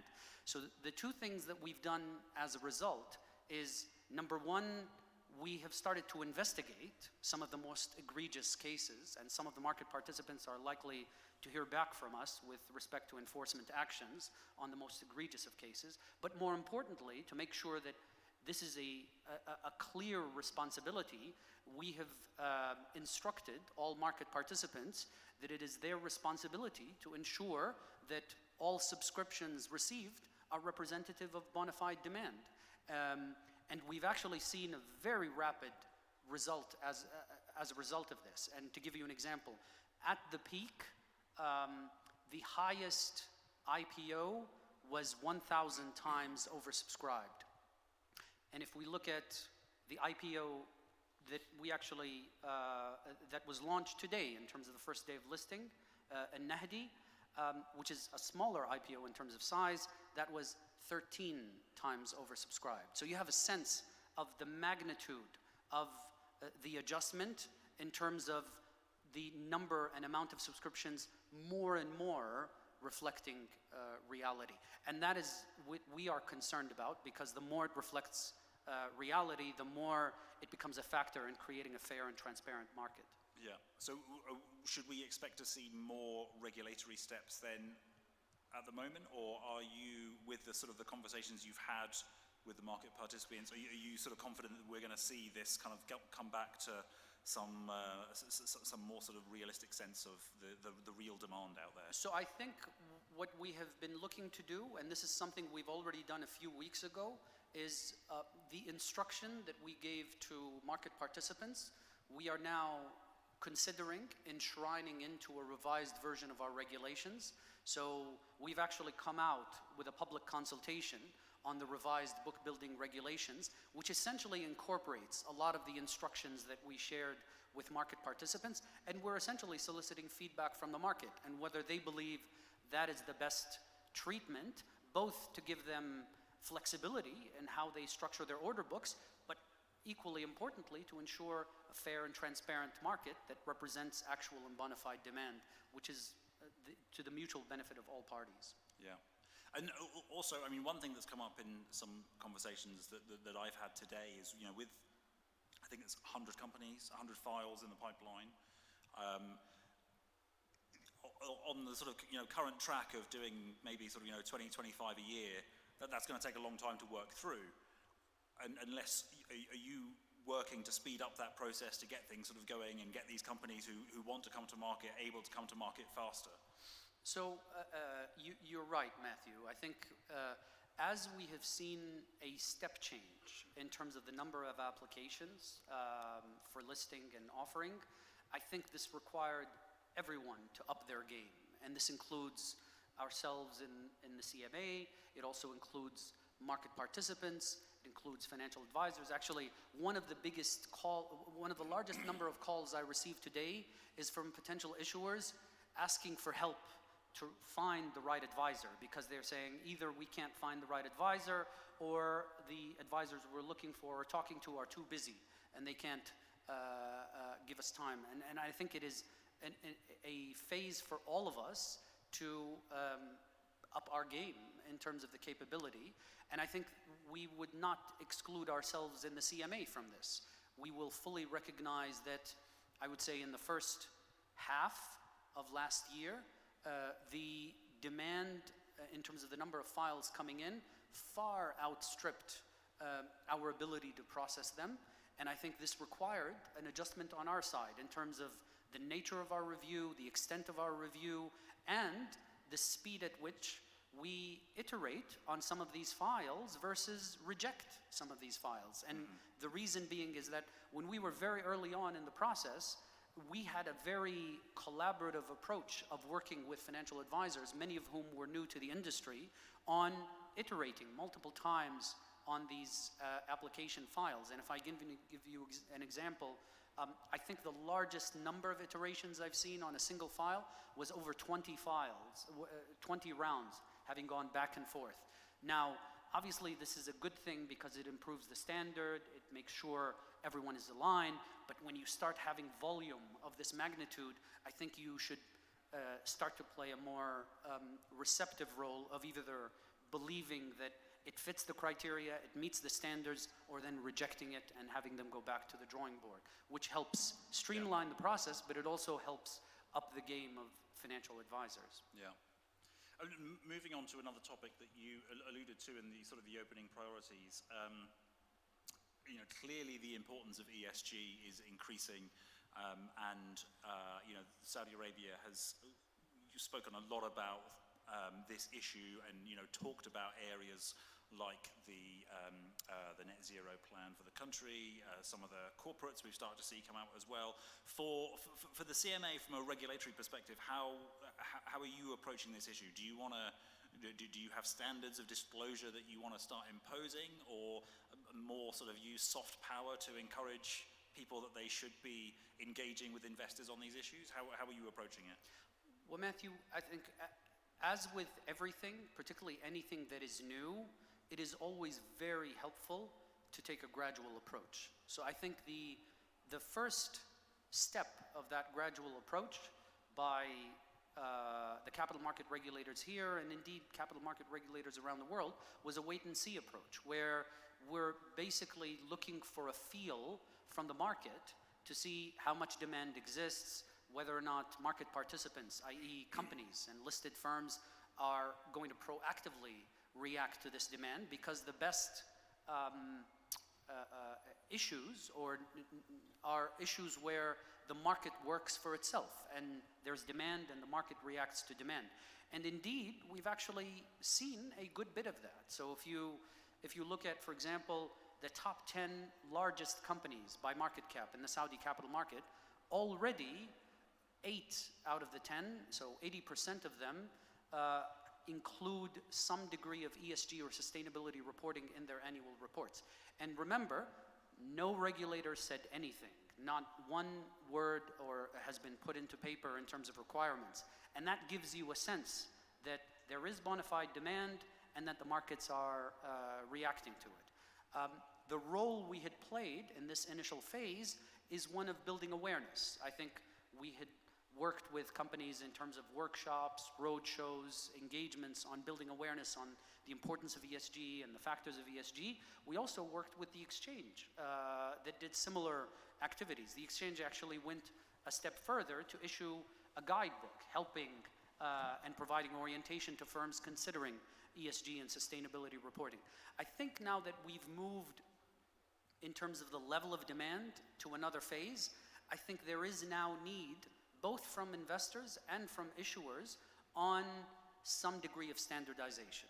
And I think that is now the phase we are considering, whether it is reasonable to try and form a level of standardization, what many market participants call the taxonomy of sustainability reporting, particularly because what we have found is when you get deep into sustainability, particularly the factors of sustainability, different categories of investors have very different requirements. So if I can give you one simple example, one of the elements of sustainability, particularly on the social side, is sustainability of labor relations.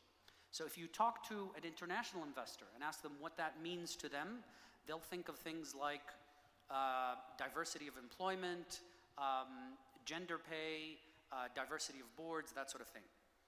On the other hand, if you ask a local investor what sustainability of labor relations means as far as listed firms go, they will probably answer by one dimension: the localization of your labor force.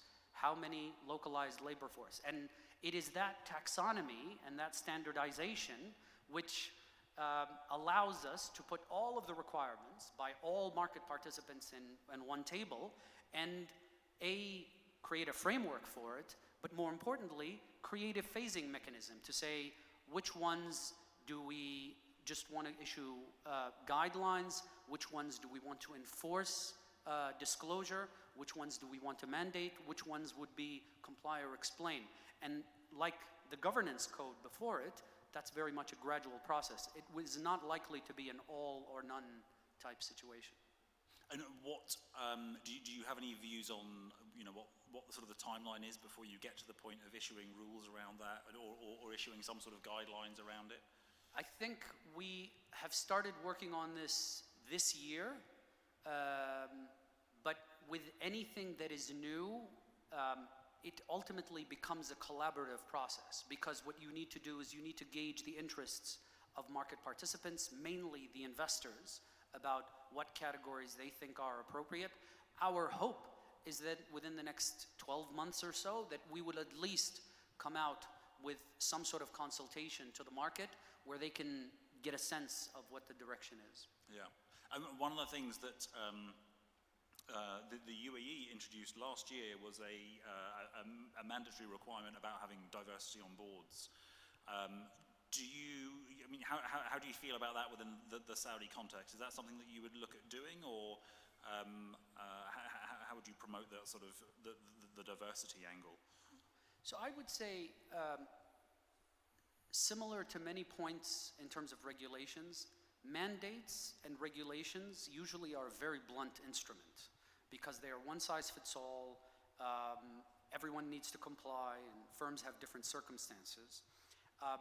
You can always do that if you'd like, but that always has a cost. All else being equal, and if you have a choice, you're most often better served taking a gradual approach. And if, let's say diversity is important, maybe the first step is having firms disclose their diversity, because often or not, you'll probably find that as firms start to disclose their diversity, norms will start to get created on what criteria investors value, what levels investors do not value. And again, in the best circumstances, markets comply with themselves. And by sharing information and providing more disclosures, markets and investors can make the decisions for themselves. And I think it is only when that step doesn't work that you then start to consider, should we do something that is more fundamental or more forceful? Yeah. Time is racing away with us, so I'll throw it out to the audience now. So if anybody would like to ask a question to His Excellency, then now is your chance. Please raise your hand, and I think we have some mics roaming around the room to get to you. So is there any input that anybody would like to have from the audience? Don't be shy.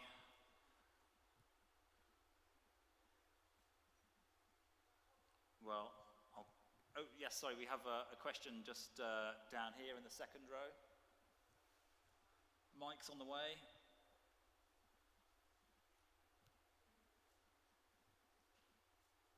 So yeah, please introduce yourself and what's your question? Hi, my name is Hawazin Nasif. My question is on your last comment with regards to diversity on boards. What do you think of an action similar to affirmative action in the US to ensure that women are included on the boards of companies, given the resistance that exists today in the market.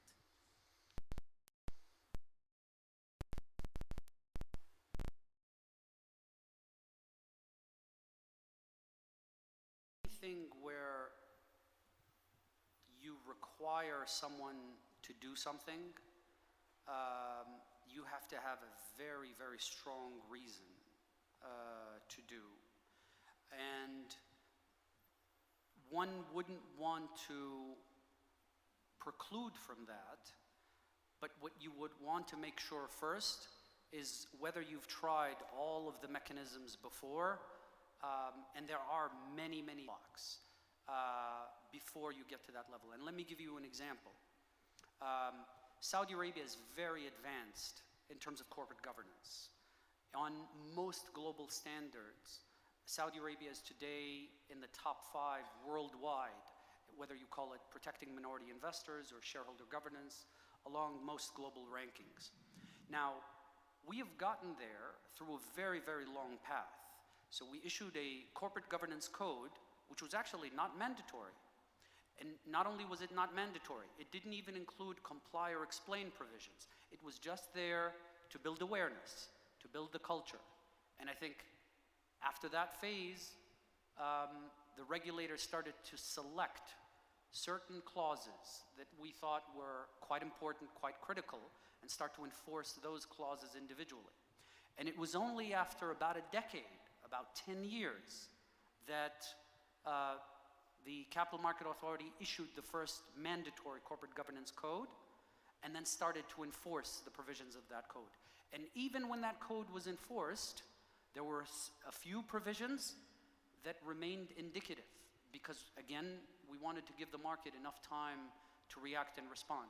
And then we started to gradually take away those indicative points and make them more and more mandatory. Now, that's a long process, but our hope is when you go through that long process that we are all going through it together. And it is not just a regulator deciding independently about what they believe is to the best interests of the market without the market reacting, understanding, preparing, because that is what a market is. A market is the intersection of issuers and investors. And the role of a regulator is to make sure to take into account the interests of those issuers and these investors. And just to sort of to follow up on the ESG perspective, I mean, how much feedback do you get from international investors versus local investors? I mean, is this a local investors thinking about ESG, or is it mostly international? And I mean, I guess there's a crude perception out there that if you're an ESG investor, you can't invest in Saudi Arabia because it's a hydrocarbon economy. And then, so how do you then go about tackling that? So I think, Matthew, you're right. When we follow the trajectory of sustainability, we did find that the initial demands for ESG and sustainable investing started and were concentrated in international investors. However, first of all, we see that interest increasingly now transitioning into the local market. So we now field and hear and respond to a lot of queries from local investors about ESG and sustainability. And I think more importantly, and I think it was Hawazin in the previous panel that talked about, in reality, as local investors, we are familiar with ESG and sustainability, but we call it something different. We call it Sharia compliance. I mean, they are all features and examples of taking into account other factors other than simply shareholder returns. And I think it is with that spirit that we're now trying to address both in parallel tracks.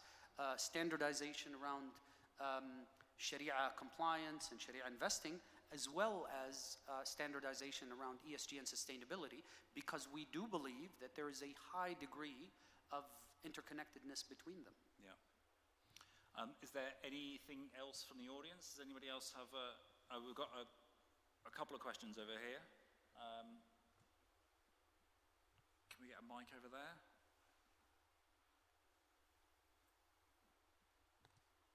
My name is Raid Al-Dakhil. I'm from Molten Real Estate Company. I have a suggestion, if I may. His Excellency commented on your question, Matthew, regarding the pipeline of issuers. And he mentioned that, the CMA is, trying to up their game to review these files. In terms of our company, we submitted, invested in, creating the file for a whole year, and then we submitted it about a year ago. The suggestion for us is more transparency and communication from the CMA, because we haven't heard from them for quite a bit of time. Our investors are inquiring about the status of our file. That's the suggestion. Thank you. Okay, thank you. And then there's just another gentleman just in front of you. Perhaps we can take two questions at once. Your Excellency, Anthony Gazzetis from AY. I have one question with two parts, two distinct parts. The first, in the context of digitization and digital maturity we see in the capital markets here across the country, what are the initiatives CMA is undertaking to improve e-supervision, SupTech, RegTech, in order to sync, in fact, with the market? Second part, distinct, the great initiative you undertook around Sandbox. What is your vision on Sandbox, which is a great initiative, and now we see the National Digital Sandbox and other initiatives that potentially you can even collaborate within the wider ecosystem? Okay, thanks for the question. So one on the dealing with the IPO pipeline, and then the digitization and Sandbox. So on digitization, actually, let me start with the Sandbox, because that has an implication on the digitization. I think on the Sandbox, from a very early point, we had been working in parallel with our colleagues in the central bank on creating replica sandbox or test environments for fintechs. Because I think both of us recognize that while our regulatory ecosystem is fairly well regulated, that level of regulations may deter a degree of innovation. So I think the approach by both parties is we create a test environment.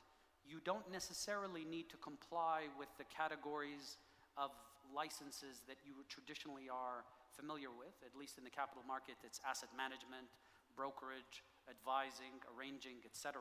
Because you may come up with a business that straddles two or is neither of those. And we give you some time to test yourself out.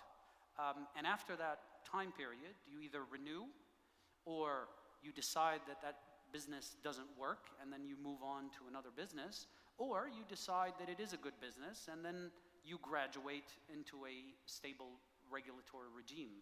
And that model has actually been quite successful. We now have over 15 CMA licensed test, we call them experimental permits. So these are fintech licenses by the CMA, and these are in areas that are related to the capital markets. These includes things like crowdfunding, social trading, robo-advisory, as well as debt issuance and distributed ledger technology. And so what we have actually found is two things. Number one is this has unleashed a huge amount of innovation in terms of the sector, not confined to the fintechs themselves, but the traditional financial firms have now recognized that they need to now compete with the new categories of players, and we think this is in the best interests of everyone. And also, in the meantime, we've actually created new funding channels that didn't exist in the past. So we just heard about crowdfunding platforms raising capital for small businesses that open and shut their financing round in a matter of minutes in a process that used to take weeks or sometimes even months. And that's very exciting. That's very exciting for all market participants.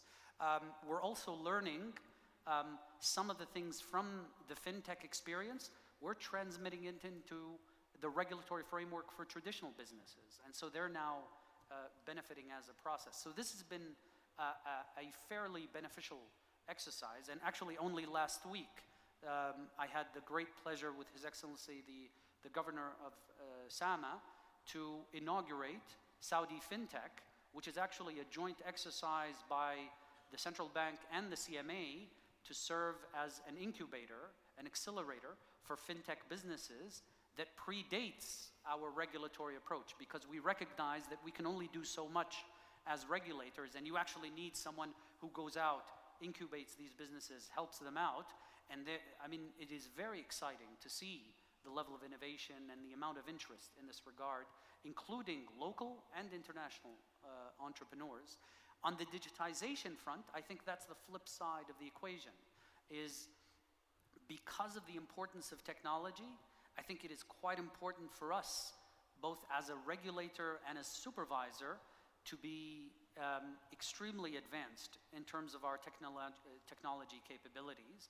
And I think part of that is launching a complete digital transformation program for the CMA, which actually started the end of last year. And we're now just starting to see the impacts of this, which essentially automate the licensing process, they automate the application process, they also automate a lot of the supervision process. And I think that will result in a significant amount of transformation. And then the last point is taking a lot of focus on the issue of data, governance of data, regulation of data, particularly because the capital markets issue so much data. Thank you. I think we are running out of time, and everybody's keen to get to the awards part of the evening. But just, is there, as you sort of look ahead now over the rest of 2022 and beyond, what's sort of the key message that you would like to give from the CMA to the investor community and the APs and people involved in the Saudi capital market space? So I would say two things. There's a message to the AP community and a message to listed firms, and particularly prospective listed firms, because I know that there are quite a few of them today and there's a lot of interest.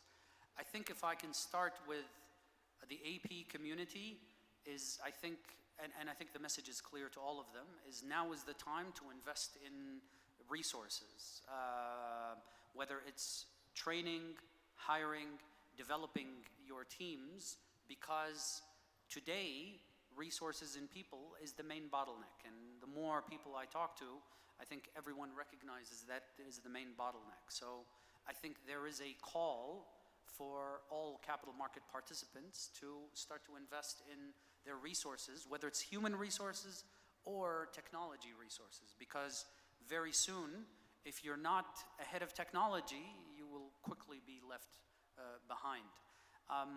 If I shift to a message to companies, particularly prospective firms, is I know that a lot of the firms are very focused on the IPO process, and I think that is a very healthy thing, because IPOs are a transformative experience in the life of a company. It has a lot of requirements, a lot of mandates, and it takes a lot of time.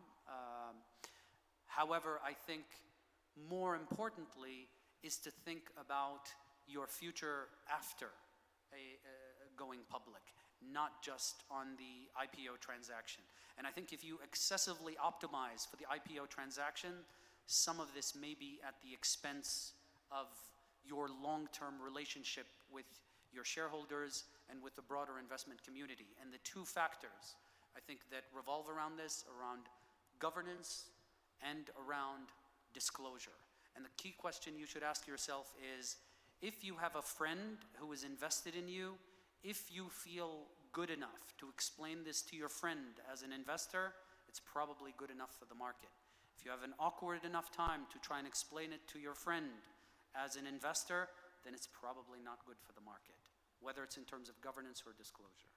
And do you think there is enough done around, I mean, I think, as an example, if I think of the companies who I know who sort of engage with us in terms of disclosure of their results and the announcements that they're making, I mean, I don't think there's a very high number, considering that there's 245 companies on the exchange. The number which are actively sort of reaching out to us and saying, we have news, you know, we have things to announce and we want to engage with you to announce it, I mean, is enough. Do you see from your side are companies engaging with that process enough and, you know, getting the IR function going? Actually, we've seen a step change in terms of the level of engagement in terms of IR. And let me give you an example that starts with the other extreme. Previously, we had heard from quite a few companies, particularly publicly traded companies, that they wouldn't take meetings with investors because they believe that the CMA disallows engaging with investors, which actually created a lot of interest on our side to start to build awareness about, actually, it's quite the opposite. The CMA promotes and the exchange promotes engagement with investors. I mean, these are ultimately your investors. You should be talking to them, you should be understanding their concerns. They actually have a perspective on your business and how you manage your business. And for many businesses, it's the first time that someone from the outside world has taken a look at their businesses other than the people who manage it. What we do require is that you not disclose any material non-public information. So as long as what you are sharing with the investment community is information you have released in the public domain or analysis of information that you've released in the public domain, then that is still in the public domain. And I'm also aware of many companies that have had mistakes where you have a discussion with the investor and then you realize that you disclosed a piece of information. There's an easy rectification for that, is just move that information to the public domain, which explains why they rush to you to want to make these announcements. Yeah. Well, look, there's lots more that we could talk about, but unfortunately the time has come to an end. So, Your Excellency, thank you very much for your time this afternoon.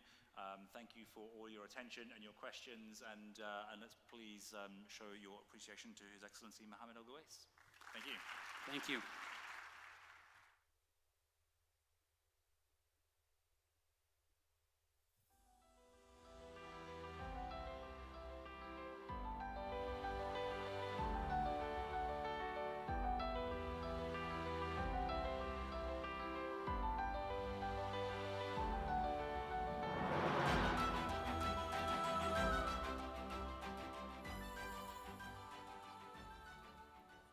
بسم الله الرحمن الرحيم. أصحاب المعالي، أصحاب السعادة، السيدات والسادة، حضور ملتقى السوق المالية السعودية، أهلا بكم في حفل جوائز السوق المالية السعودية بنسختها الثانية. دقائق تفصلنا للإعلان عن الفائزين ب12 جائزة جاءت في إطار التزام مجموعة تداول السعودية لدفع عجلة نمو السوق المالية وتشجيع أفضل الممارسات لتعزيز المنافسة العادلة. يأتي هذا التكريم من مجموعة تداول السعودية مع شركائها في جمعية المحللين الماليين المعتمدين في المملكة العربية السعودية وجمعية علاقات المستثمرين في الشرق الأوسط، بهدف تقديم الجوائز وفقاً لمعايير تتسم بالوضوح والشفافية. في هذه المعايير تم تقييم المشاركين المؤهلين من قبل لجنة مستقلة تتكون من نخبة من الأكاديميين وأيضاً المختصين الماليين. وبعد بالغ التحايا وصادق الأمنيات لجميع المشاركين بالتوفيق، نتعرف معكم على فئات جوائز السوق المالية السعودية في نسختها الثانية. الجائزة الأولى لأفضل الممارسات البيئية والاجتماعية وأيضاً حوكمة الشركات. أما الجائزة الثانية فهي لأفضل برنامج علاقات مستثمرين. الجائزة الثالثة لأبرز إدراج في السوق الرئيسية. الجائزة الرابعة لأبرز إدراج في السوق الموازية نمو. الجائزة الخامسة لأفضل جهة لعمليات الاندماج والاستحواذ. الجائزة السادسة لأفضل جهة لعمليات طرح الأسهم. أما الجائزة السابعة فهي لأفضل جهة لعمليات طرح أدوات الدين. الجائزة الثامنة لأفضل وسيط. الجائزة التاسعة لأفضل أمين حفظ. الجائزة العاشرة لأفضل جهة أبحاث مالية. أما الجائزة 11 فهي لأفضل مدير أصول. الجائزة 12 لأفضل بنك استثماري.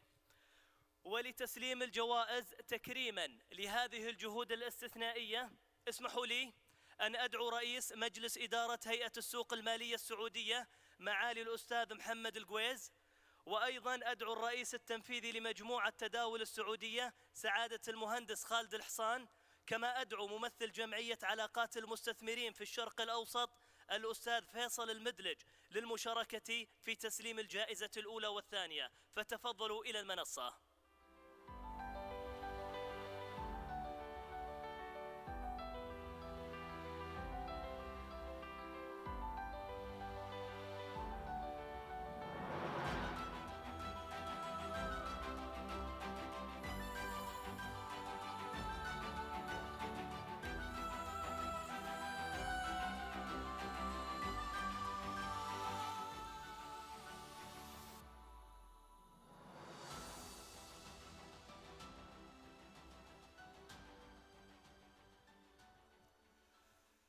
نعلن الآن عن الجوائز، عن المرشحين، أيضا عن الفائز من كل فئة من فئة الجوائز. الجائزة الأولى لأفضل الممارسات البيئية والاجتماعية وحوكمة الشركات. المرشحون هم الشركة السعودية للصناعات الأساسية، وشركة أكوا باور، والشركة الوطنية لتصنيع وسبك المعادن. الفائز بهذه الجائزة لأفضل الممارسات البيئية وحوكمة الشركات الشركة السعودية للصناعات الأساسية، ألف مبروك لها.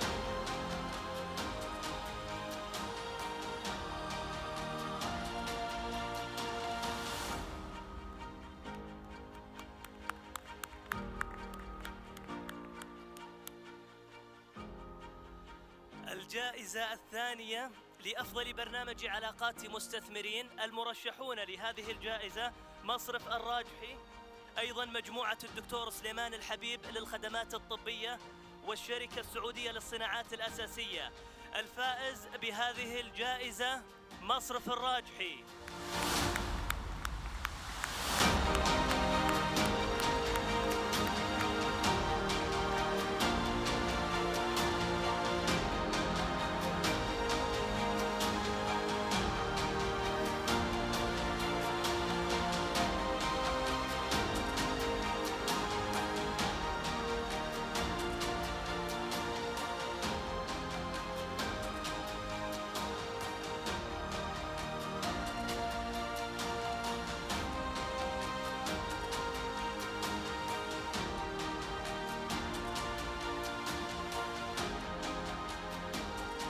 مبروك لمصرف الراجحي. وقبل الإعلان عن الجائزة الثالثة نشكر الأستاذ فيصل المدلج ممثل جمعية علاقات المستثمرين في الشرق الأوسط على مشاركته لنا في تسليم الجوائز، وندعو الأستاذ أحمد كردي ممثل جمعية المحللين الماليين المعتمدين في المملكة العربية السعودية للمشاركة في تسليم الجوائز. أهلا بك.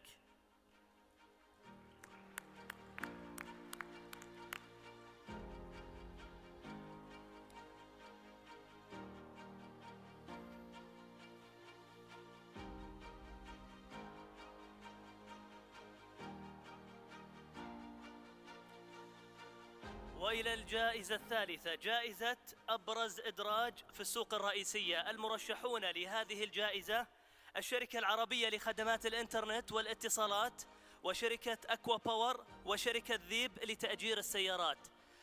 فازت بهذه الجائزة الشركة العربية لخدمات الإنترنت والاتصالات. أيضاً يشاركهم المستشارين الماليين شركة HSBC العربية السعودية ومورغان ستانلي السعودية والأهلي المالية. مبروك لكم جميعاً.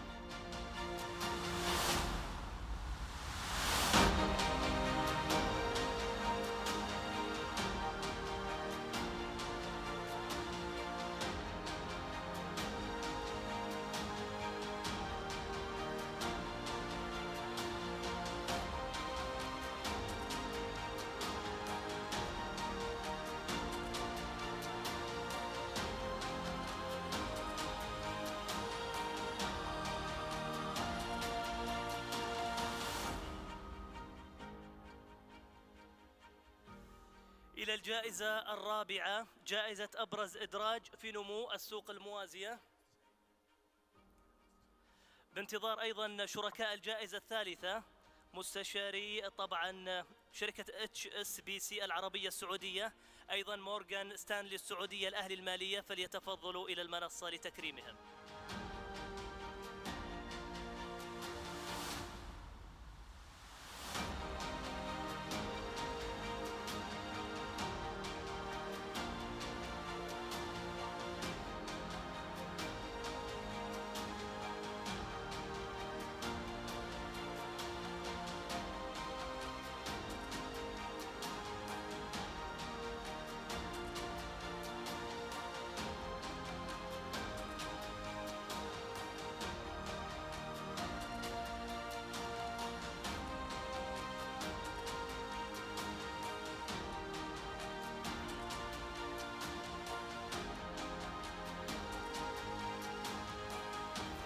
مبروكين جميعاً. جائزة أبرز إدراج في نمو السوق الموازية، المرشحون شركة بنان العقارية وشركة أبناء محمد حسن الناقول وشركة مجمع المركز الكندي الطبي العام. الفائز بهذه الجائزة شركة بنان العقارية.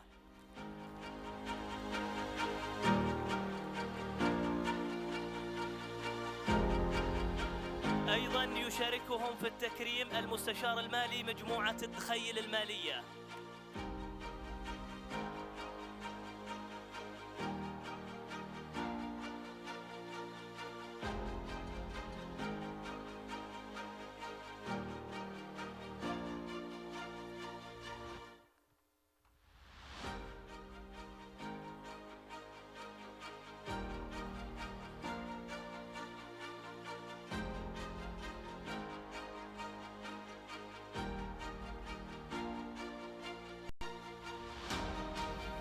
الجائزة الخامسة لأفضل جهة لعمليات الاندماج والاستحواذ، المرشحون لهذه الجائزة جي بي مورغان وشركة HSBC العربية السعودية وشركة مورغان ستانلي السعودية. الفائز بهذه الجائزة لأفضل جهة لعمليات الاندماج والاستحواذ شركة جي بي مورغان.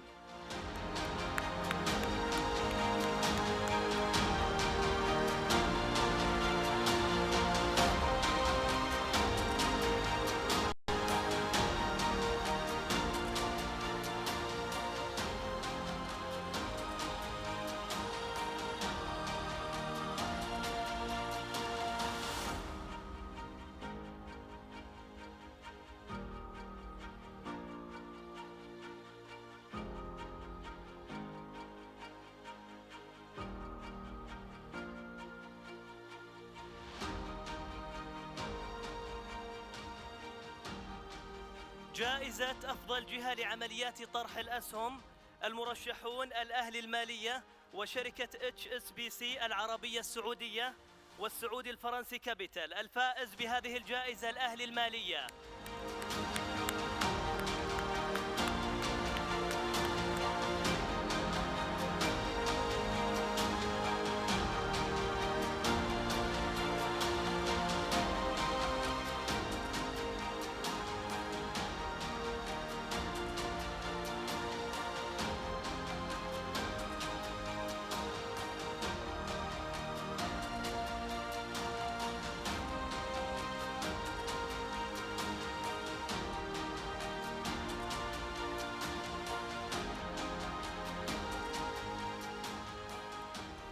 جائزة أفضل جهة لعمليات طرح أدوات الدين، المرشحون شركة HSBC العربية السعودية والأهلي المالية والراجح المالية. فاز بهذه الجائزة شركة HSBC العربية السعودية. ألف مبروك لهم.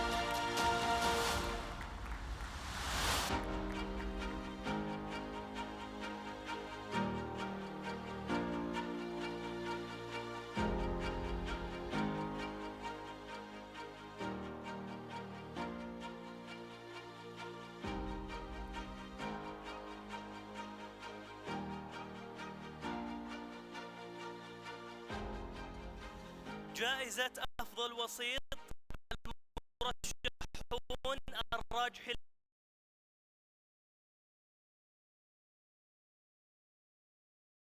المالية.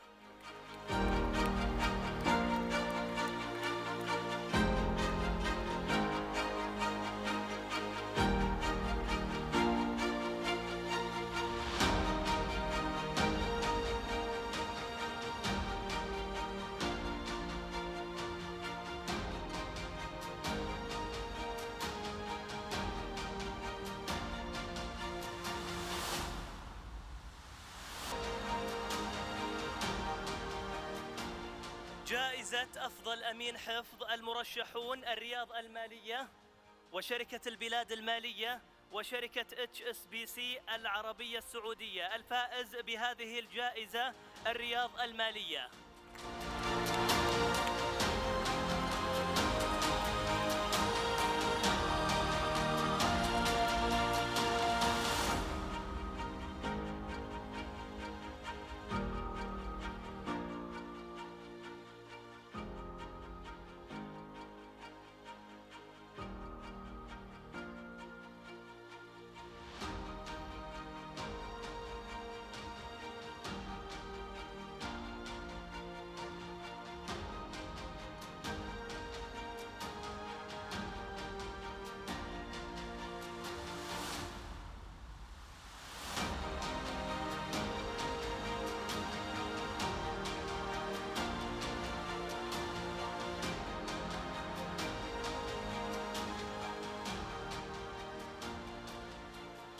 جائزة أفضل جهة لأبحاث مالية، المرشحون الراجح المالية والرياض المالية والأهلي المالية.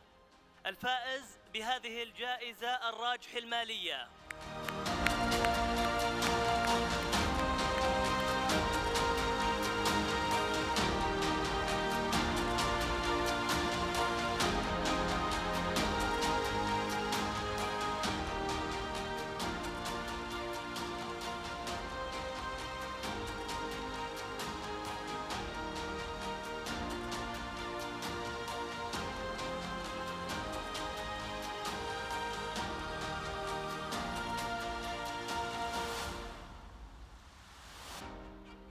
جائزة أفضل مدير أصول، يتنافس على هذه الجائزة الأهلي المالية والراجح المالية وأيضا الرياض المالية. الفائز بهذه الجائزة الأهلي المالية.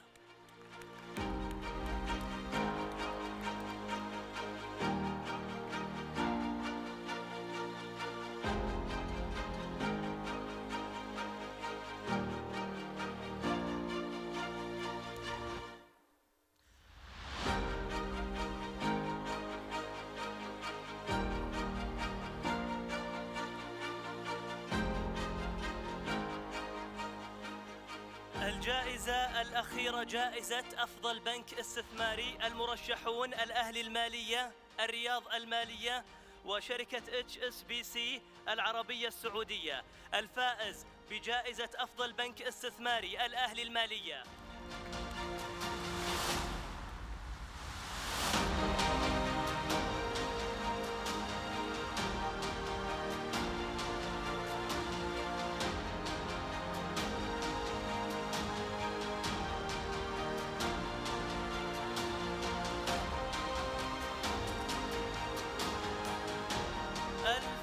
مبروك لكل الفائزين بجوائز السوق المالية السعودية. أيضا لا ننسى تكريم شركاء الجائزة بداية بجمعية المحللين الماليين المعتمدين في المملكة العربية السعودية. نرحب بممثلي الجمعية.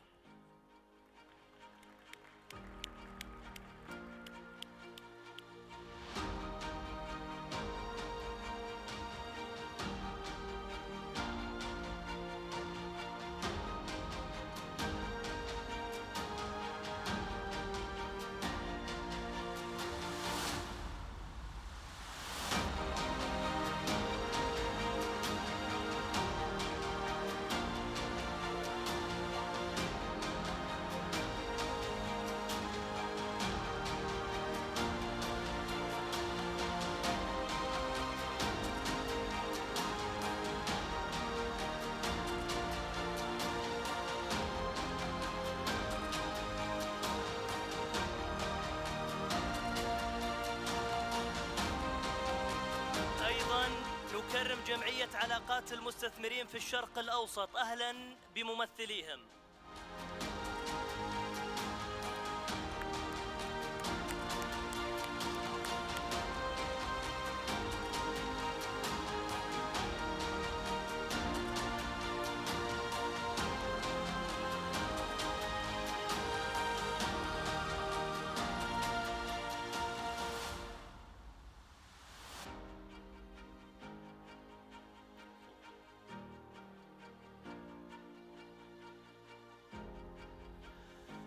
في نهاية طبعا حفل الجوائز ندعو كل الفائزين أيضا المكرمين لالتقاط صور تذكارية توثيقا لهذه اللحظات، فأهلا بكم على المنصة.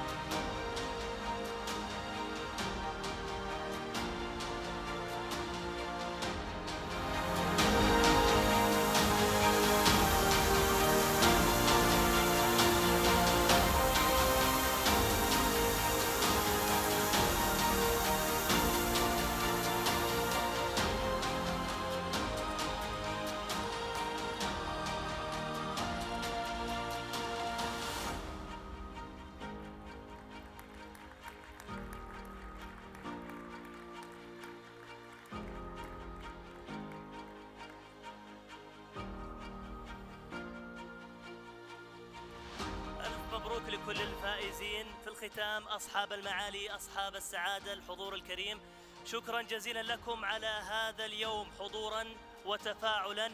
نلتقيكم على خير في ملتقى السوق المالية السعودية، المنصة المثالية للتجمع وصناعة مستقبل عظيم للسوق المالية. إلى اللقاء.